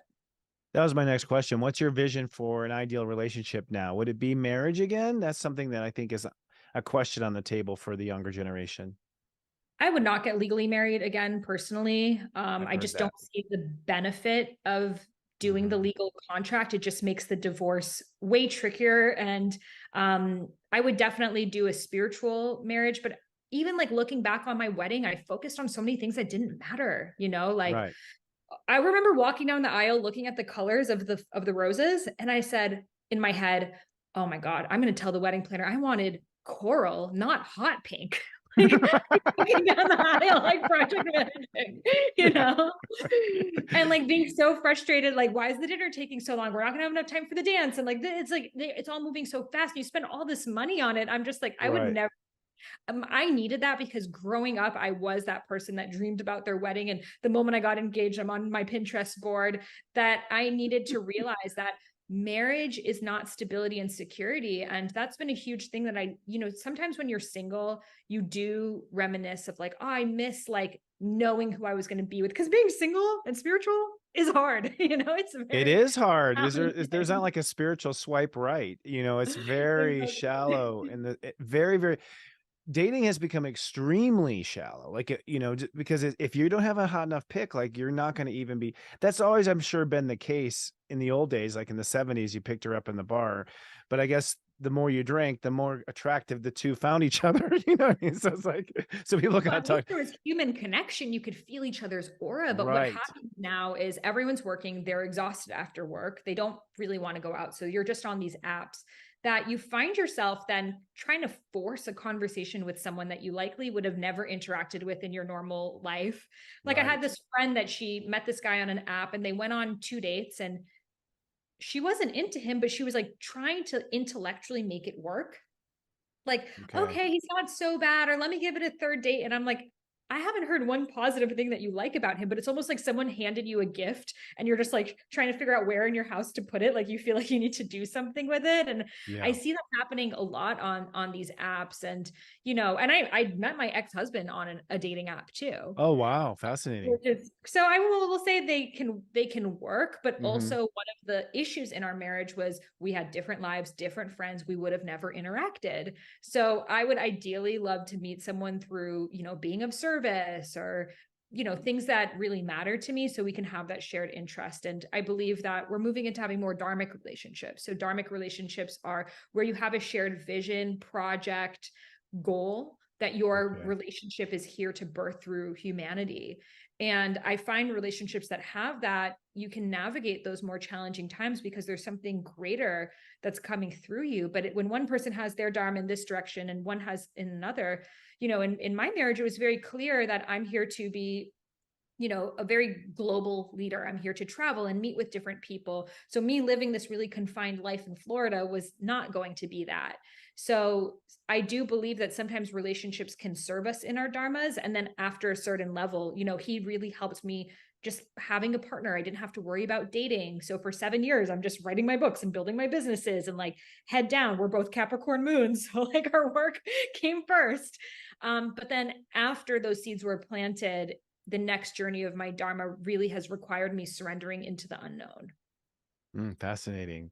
And I think we're pioneering new relationships, you know, the whole structure of relationship. I mean, the South Node is currently in Libra as we record this. So I feel that's a once every 18-year event. So when the South Node moves through Libra, the archetype of what human relationships are end up changing. So I think we're kind of in a wardrobe change, if you will. And I agree with you. I see the Dharma path. I see that more and more working couples. You know, I saw a couple on the YouTube the other day. They both were tarot readers. I'm like, what? A tag team tarot reader, you know, like husband and wife. It's really interesting. It's sort of, you know, like the Currys, you know, like the old days. And Einstein and his wife, actually, they didn't get along well, but she was the mathematician and he was the, you know, the theorizer. So I see that as well. It seems like if there's something bigger than the relationship that both are in, then there's that, like you said, that sort of a fail safe in that sense, where when the romance isn't working, we have something else that we're working on together as well. It's a powerful union. It's interesting. We'll see. After the show, we'll talk about your love asteroids. I won't do it here on time on camera to set I you think up. we need a serious joy dating app, please. You know, everyone says I'm working on that. I mean, I feel compatibility is really important. The problem is like, you know, it's that attraction thing. It's like I've seen a few little ones, you know, based on astrology and stuff, and people are not paying attention to the compatibility. Like, nope, not my type, not my type. So it still has that that element. It's fascinating. But thank you. We're working on it. So it seems like, going to the segue, it seems like you're really on the path of a modern woman. I mean, I love that you're bringing consciousness into sensuality and sexuality, and you're doing it in such a powerful way. And I really think the universe needs us right now in a big way, because I think with the invention of internet and pornography, to be frank, it's like sexuality and like Instagram and everyone just like, you know, women in their bathing suits and men in their muscles. It's like we got really detached from love making and ideas of sensuality. And it seems like you're exploring those topics now. I mean, is there some larger motive you have here, or is this your own personal curiosity? You know, I remember in 2018 reading a friend's book on sexuality and thinking, I wish that I could write a book about that, but I could never because I'm Iranian. Like, I mean, if I couldn't even talk about purpose, let alone sexuality, I was never even taught what sex was. It's like the most shameful thing. Right. So it was almost like that seed was there. And I remember different lifetimes of being in sex trafficking and, you know, Wow. being a sex worker. My whole life, I've always known that sex trafficking is the cause that I'm here to really speak about. And I've more recently actually linked up with an organization where I'll be doing trauma healing work with the teenagers who are victims of, you know, formerly trafficked children, Wow. because what they do is they just, you know, send them to school, and that they call that rehabilitation. Pretend it didn't And, happen. Yeah, just move right, on. Nothing to see here. It's just like, are you kidding me? exactly. So my deepest desire is to bring this healing to the people that need it the most, you know, to victims of sex trafficking. I mean, so many people have experienced sexual abuse in this lifetime, and sexuality is our most powerful life force. I believe we are orgasms in human form. I mean, literally. Yeah. And it's also the most suppressed and the most shameful and the most convoluted.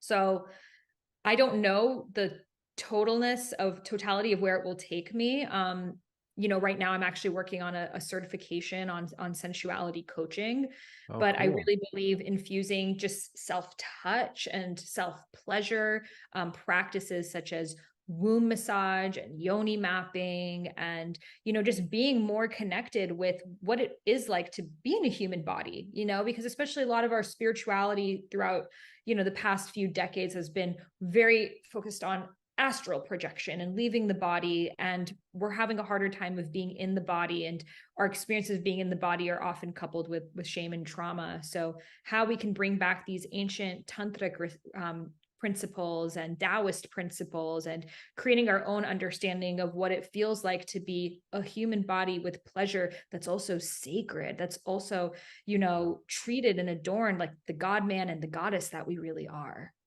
Brilliantly said. So with all of your experience of having been married and divorced and having had past lives of trafficking and whatnot, I mean, do you have a piece of advice you'd pass on to younger women who are watching you and looking up to you right now? I would say the first thing is to begin your own cultivation of what pleasure and love feels like in your body. Because when you go through something like a breakup, a divorce, it feels like your right arm was just chopped off. Like love has been taken from you and it's gone. But really, that love that you felt for that person was you. You were creating that love. And when we're able to create that love, just touching, whoever's listening to this, just touch your arm right now, just stroke the tops of your fingertips on your arm and just caress yourself the way that you would a lover or your pet or your child or anything that you love, and just starting to rewire your nervous system and letting it know that it's safe. I have found that the times that I get those pings of like loneliness or despair and I give myself that love, it brings me to a higher vibration that I'm not acting. We never want to start a relationship from a place of, oh, I just don't want to be single, but rather, is this the highest, the siddhi, the gifted form of relationship? Is this bringing me closer to my highest self and my fullest expression and my dharma? And I do believe that relationships have different timelines. I don't believe in the one. I don't even believe in personally, I don't believe in one twin flame or soulmate forever. I think there are different people on our path that are going to teach us different lessons. And for some people, it was an encounter. There was one person I matched with on an app. I didn't even need to meet them, but it brought up all this Persian conditioning because they were Persian. It brought up all this conditioning of what I think they think about me. And that's what was needed, just that. And there are other people that you might journey with for a month or a year or 10 years or who knows. So trust the intelligence of love. I think we often think that we think, oh, well, this isn't going to be my forever person because they're not rich enough and tall enough and this enough and that enough. And, just trust that they will give you whatever codes that you are meant to receive. And often who we're attracted to is who we want to be, like the qualities that we seek to have. So for me, I'm always attracted to people who are musical because that's what I want to step further into. But I remind myself, those times that I'm like, oh, I need to date a music producer. It's like, no, step into your own music production. And that's really what you're Celine seeking. Dion. Yeah. Exactly. Well, maybe Capricorns do tend to marry into good situations in that regard. It's just something genetic inside of them spiritually. So Yes. So this leads me to the Rose Gold Goddess Divine Feminine Mystery School. It seems like you've created a female wolf pack. Like it seems like these are a bunch of powerful goddesses. Tell us what this is, and maybe young ladies might be interested in joining.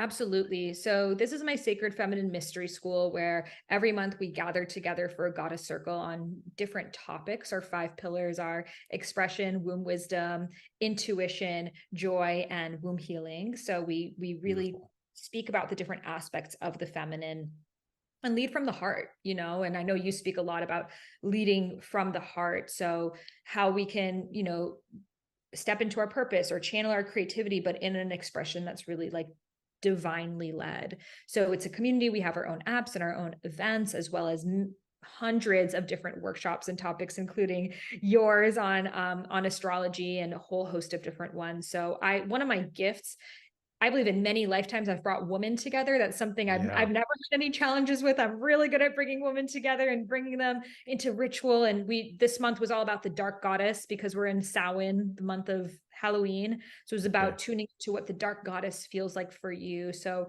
I'm always attuned to really where the collective is at as well. So every month we just continue to dive deeper and deeper. And I've loved having these women and witnessing them step into their power, creating podcasts, creating businesses, and so much more with the support. It was powerful. I was fortunate enough, you asked me to come in on a New Year's event to just kind of give the year, but just feeling the power of these young ladies was really impressive, and how acutely aware they all were. It seemed like, I just don't see that. I mean, most of my audiences are women, I have to say 85%. So I don't see enough female to female support out there. And that's one thing I think that you are really unique in what you're doing, is in a very clean, healthy way. And I think it's an important time. I personally feel like we can't have the age of Aquarius without the divine feminine at the helm of that, because I think women are encoded with those answers that men, if they'd had, the world would have been a better place. I mean, like, you want to see, like, men, you've been in charge for about 4,000 years. Look where we are. So it's a fascinating moment, I think. And you're doing a great job with that. Thank you. Hold on, let me put my charger in. Oh, no problem.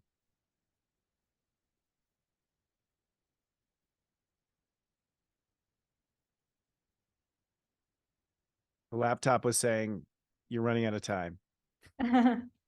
Gotta love England, and they don't have much outlets here. Oh, interesting. That's interesting. Okay, here, I'll reply to that.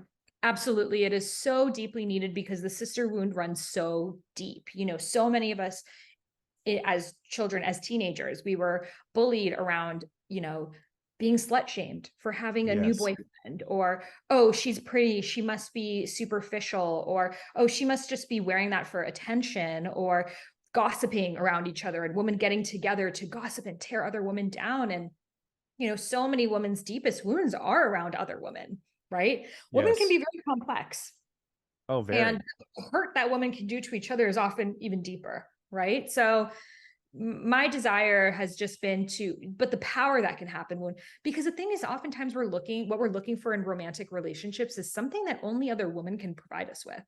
Like, we're often trying to turn our romantic partner into the person who's going to listen to us talk for hours and do the new moon ritual with us and hold space for us and ask us how they like our outfits and tell us we're pretty all the time and this and that. And it's like, that does exist, but that same archetype of a man is likely not going to be like the hunter and, the alpha man and the provider. And it's like, how can we expect him to be all of these different things?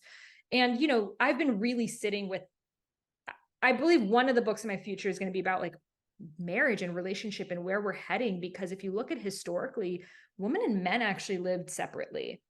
And the women were in their huts, and they would gather and weave baskets and talk and support each other. And then they would go to the men's huts and really like procreate, and then would go out hunting and have their bro time and do their thing and like get their testosterone up. And so it wasn't this like one-on-one pair bonded relationship that we have today. And in fact, in many tribes, they did not even know that children came from one man and one woman.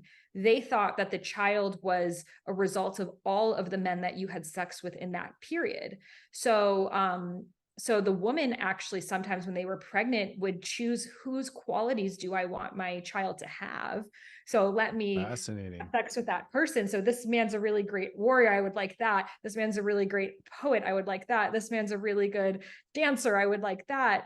So I'm trying to read all different perspectives. And I do believe this nuclear family model is clearly a nuclear toxic situation that's not working with us. And we are going to go back to a more tribal way of living where we can support each other. And so it's not like when you lose your partner, you lost your friends, you lost your financial security, you lost your home, you lost every single thing because it was all related to that one person. But rather it can just be a romantic relationship, which would actually bring so much more purity in the relationship, because you're there because you want to be, not because your whole life would fall apart if you're not. And I believe if we remove that pressure, we would actually be able to see each other's gifts a lot more. And, you know, in many cultures, you know, I remember in college, I thought of writing a book that marriage should be a 10-year contract. And after 10 years, you revisit. And my boyfriend at the time, he's like, so you only want to be with me for 10 years? And I'm like, I don't know. But then I later learned that in some Native American cultures, it was a 7-year contract. And that's exactly how long mine lasted, 7 years. We know how special of a number that is. Every 7 years, your cells regenerate. Yeah. So, you know, I believe it's important for us to have the choice. Should we choose to journey with this person? Is this actually helping both of our evolution, and not having it be this like crippling thing that like destroys families and creates lifelong trauma, the way that right now divorce is doing. And right now in California, 70% of marriages end in divorce. Wow. So, you know, my story is not even unique, but it still creates so much shame and so much grief and sadness and all of the, like, even for me, I was like, damn, now I have to identify as a divorced person, as if that's like this horrific label I have to wear moving forward. And, you know, if we just didn't have the same puritanical understanding of marriage, we wouldn't have to hold on to the shame that happens when the inevitable shift in relationship happens. Yes. And it's funny too, how women are often expected to like leave behind their girlfriends when they get married. It's like, or it's like leave behind everything that they built. And even if they're not even, aren't even asked to, it seems like something that they do. There's like this abandonment of a woman's identity and her girlfriends and what she was doing. Men too, but you know, men were out, you know, on the prowl together. So to me, that makes sense. Like, go play basketball now. But women seem more so. And then again, when there's a breakup, it's so heartbreaking for the woman. And again, I see the same. It's interesting, as women are coming into power and into their power, they're getting used to using it appropriately. I've seen women be very, very vicious to one another, you know, in that light as well. So I think what you're doing is really important to rebuild femininity and understand what it means to be a modern woman. I think your work is exceptional in that regard. And your latest podcasts are, I was tuned in. Like, so FYI, men, there's a lot of juice in there, but it's worth the squeeze. Last little thing for we say farewell for now. As a Capricorn, the world is in a crazy space, you know, and a Capricorn, you are the natural born leaders of the planet. So, you know, if you were president, you know, without getting political specifically, where do you feel the world needs to go when it comes to leadership? Well, I mean, definitely bringing humanity back. You know, right now, being Iranian, I grew up hearing about the conflicts in the Middle East. That was like my bedtime story, you know, so like, it's nothing new for me. And the way that it's heading, I don't think we're going to see the end to the conflict in the Middle East in this lifetime. I don't think, What's really missing is humanity. You know, the fact that people are like waving flags as if this is like a World Cup game of like, who do you side with? Are you team this or team that? It's so disheartening to me. Like, these are human beings being hurt on both sides, and they're being used for political agenda, you know? And I do believe on a grander level, like, these conflicts are used to divide and conquer us. I mean, we can see throughout history, they have been used to divide and conquer us. So why would that not be happening now? We could see that happened in 2020, and it continues to, especially around times of election. So we feel that peer pressure of like, you must know everything about this and give a statement, and who do you side with? And are you a good or bad person? We need to move out of this narrative. You know, no one wins when there's a loser. And all of us are desiring a world where we feel safe to go to a country and not have to worry about being bombed, not have to worry about children being raped. And often too, like, the greatest travesties of our times are not what the news is reporting on. You know, like, there are giant genocides happening right now in the Congo and Chad, and there are, you know, millions of people being human trafficked, and you don't even see those on the news. And so even pay attention to why the news is trying to get you emotional and in your anger, and how they use that to take power over people. So, and I'm not saying this at all from a spiritual bypass perspective. I'm sure, as people can hear, I went to school in DC. I studied international human rights. Like, this has been a lifelong work of mine. And I know it's something eventually that I will go into in a larger way. And I'm now working with NGOs. But I believe that what we think is activism on social media is actually just creating a lot more division and a lot more of the disharmony that we are here to move past, and that we can only really be a channel for the decisions that are going to allow us to come together for a more peaceful world when we are in that vibration of peace. Well said. Bravo. I'm going to applaud that. That's beautiful. Well said. As a master Capricorn that she is, and a master intellect, everyone, she is worth any minute you invest in following Sahara Rose. She's got phenomenal content. Her podcast is amazing. Your website is iamsahararose.com, correct? And there's some quizzes on there. Where would you direct someone first who's in their discovery of their Dharma?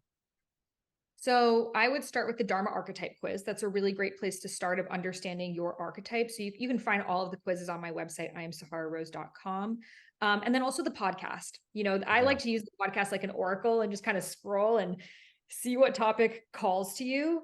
Because with the podcast, we can just, like conversations like this, we can go deeper. We need nuance. This is one of the issues that I see on social media. It's like, write your 180 character caption on these huge topics. And I believe we need more conversation, because these topics are so multi-layered, especially when we bring into the consciousness perspective.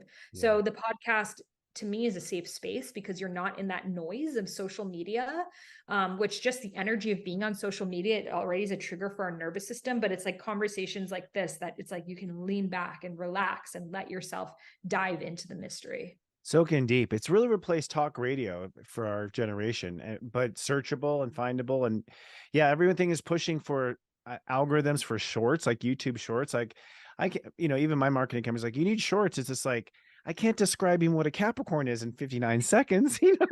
Like, I need 59 minutes. So it's great. It's phenomenal. Everyone, she's absolutely worth it. She's a glow and an inspiration for women. I'm so honored you've been on my little show here. Thank you so much. Hope to have you on again. Please come back sometime in the future and report on what's going on. Well, this means so much to me, because I don't consume a lot of content, but your content is that I consume like daily. I missed you so much the 11 months you were gone. So happy you're back. And it helps me so much. I remember so many times during COVID, I would be on walks and I would be like, okay, daily pep talk. And, and it's always so like, I mean, if I could share with you some specific texts I've gotten like throughout this divorce experience, like being at the terminal, going to Egypt by myself, not knowing what was going to happen, the text, exactly. It's like you're embarking on a new chapter, exactly. Wow. The moments of forgiveness. It's always so spot on. And that is what has given me this deeper trust of knowing that this is something so much bigger than my story, and that it removes that feeling of like, I made a mistake. Why am I in this situation? But rather knowing that my soul needed to have this experience for its next iteration to happen, because otherwise, how would the astrology know? So thank you for creating such a program that is able to, in real time, reaffirm what we're feeling. My pleasure. Thank you for that. Coming from Master Capricorn, that touches my heart. Thank you. I've gotten all my friends on it too. Oh, well, thank you. And I'm looking forward to our next version coming out too. Well, you might try the 40 Days of Truth and Purpose. Since you brought up my app, I'll just say it's coming up around the corner. I'd love to have your feedback on it if you do it. So love that. It'd be great. It'd be phenomenal. Well, yes, thank you, Sahara. 40 days of self-love, but I never finish it. So that was my reminder. I need to finish the 40 days. Oh, well, I find that people, it's like sort of like getting out of a snowdrift in a car. Like you have to people start it and they put it down. They start it and they put it down. And some people tell me like a year 4 is like when they finally, because it's so against our nature to love ourselves and to really explore our own heart, especially us earth signs. I want to go make something and build something, and it's like, yeah. Let's just go do something fun. So it's a great program too, but Truth and Purpose, I think, is going to be, I'm interested from your Dharma perspective, because we're going to hit some of those points that I think probably are, at least karmically, what you were here to face, which probably goes into that Dharma recipe for sure. So we're on a very similar mission. together. It's an honor to light work with you this lifetime. Thank you. Likewise. Thank you. All right. We'll see you next time. And keep streaming here. We'll be right back. I'm going to talk about this week and what you can see coming from SeriousJoy.com. Keep streaming. It's serious joy, joy, joy.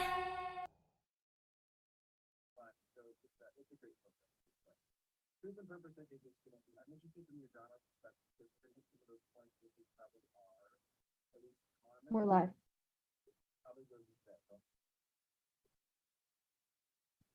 Well, thank you very much. It's been a great opportunity here. Oh, you know what? I have a little bit of an echo. 1 second as we switch things around. There we go. Okay. Just a little final close and a hello. I just want to say thank everyone. Serious Joy, if you don't know, is the main advertiser of this broadcast. And so thank you to Sahara Rose. We have a phenomenal period called 40 Days of Truth and Purpose, 40 Days of My Truth and Purpose coming up here starting on Tuesday. So if you're interested in this, it's going to be amazing. We're going to walk you through every point in your chart from the perspective of the step astrology system, which is extremely precise. Unless you've gotten a reading with me, you have never experienced astrology this sharp and this accurate. And in a way, this is me revealing a piece of myself that I've usually kept only in personal readings. I'm also putting it in my book that I've been writing as well. You'll be walked through everything that is your truth. You'll create what your purpose is on earth. You'll walk away with a soul manifesto of what you are here to do. And it's at the perfect time. SeriousJoy.com. If you're brand new to the service, it's just $3.99 for those first 30 days. And the Truth and Purpose is built on basically 3 levels. So we start with a beginner level, then a proficient level, and then we go to a master level. So if it's too much for some reason, which I don't think it will be, you can bow out at any time. We have some other features as well on Serious Joy. First of all, our recent addition, Jo Zammit from Australia, has joined our team. She is here as an artisan, is helping us construct really powerful ceremonies for the eclipses. And we have going live this weekend the preparation video for the full moon lunar eclipse. So she's going to give you a ceremony and we present something, we create something for our altar. She helps you develop. She basically is sort of like Martha Stewart meets spirituality. It's a real interesting blend. She's a step 28 Virgo, and she helps you to really love and beautify your life. Her video goes live this weekend. So if you sign up today, you'll get to be a part of that as well. Also, last week, we had this self-study hall with Robbie Hunt. She is a metaphysical minister, and she did a full episode on the lunar nodes, which will also be linking to in the 40 Days of My Truth and Purpose. But that is now live off the main lobby. If you want to learn about your lunar nodes, we had 3 subscribers come on and share their charts, and we go over their charts with the nodes. Robbie's a phenomenal teacher. It's just one of her many talents. And this week, coming up on Wednesday, the Mega Monthlies Lights of the Round Table will be live. This is our monthly event where we go deep into the next month. We'll be talking about November and what's coming up in November. It's going to be a powerful month. You probably already realize that now. That's a live show just like this one, but only for our subscribers. It goes live at 1 p.m. Eastern, 10 a.m. Pacific, streamed to our SeriousJoy.com page. Now, as you always hear from me, it is the truth. Sharing is caring, my friends. It's the best way to give back. If you want to be grateful or give gratitude, just share us with your friends. Share us on your social media. Share our Zodiac Weather that comes out 7 days a week. We greatly appreciate it. We have found that all of our growth has been organic and all through your great recommendations. So thank you. So people do like to donate, which we humbly accept. If you're interested in donating or tipping your sensei, it's paypal.me/Sensei Christopher for that. By the way, we also has a Facebook group if you can want to be a part of that. It's at seriousjoy.club. Our Facebook group right now is actually forming a new human design study group. We had human design on last week. We had De Luna on last week. And this last week, we launched at the same time a Facebook study group for human design. So if you're a complete novice, there's some great, fantastic leaders in the group, more joining every day. Cassandra is one of the experts. Shout out to Cassandra, Grandmaster Step 18 Aries. And also Stephanie is a big part of it as well, our coffee bean, as we call her. They are part of the moderators. It's a great group. We do a live meeting on Friday mornings that you can be a part of. No cost at all. It's just part of being a part of Serious Joy. That is at seriousjoy.club. If you'd like to follow us on any of our social media, we do a blast 7 days a week, the Zodiac Weather, which gives you basically a synopsis of the day. You can find it right here on YouTube, on our YouTube channel, but it's also on all of our channels, our Facebooks, our Twitters, etc. Go to seriousjoy.social, seriousjoy.social for our link tree, and you'll have access to all of our social media and also my private social media. And lastly, if you'd rather listen instead of watch, which is very common these days, we're all busy people, we are on 3 podcasts: Spotify, Stitcher, and Apple Podcasts. Just search for Namaste Today. All right, friends. Well, we are moving along here. It's a powerful week. I'll be back 1 week from now. I might have broken my foot, but that didn't slow me down. I'm still here. Until next week, thank you so much. I love you. Live, love, be.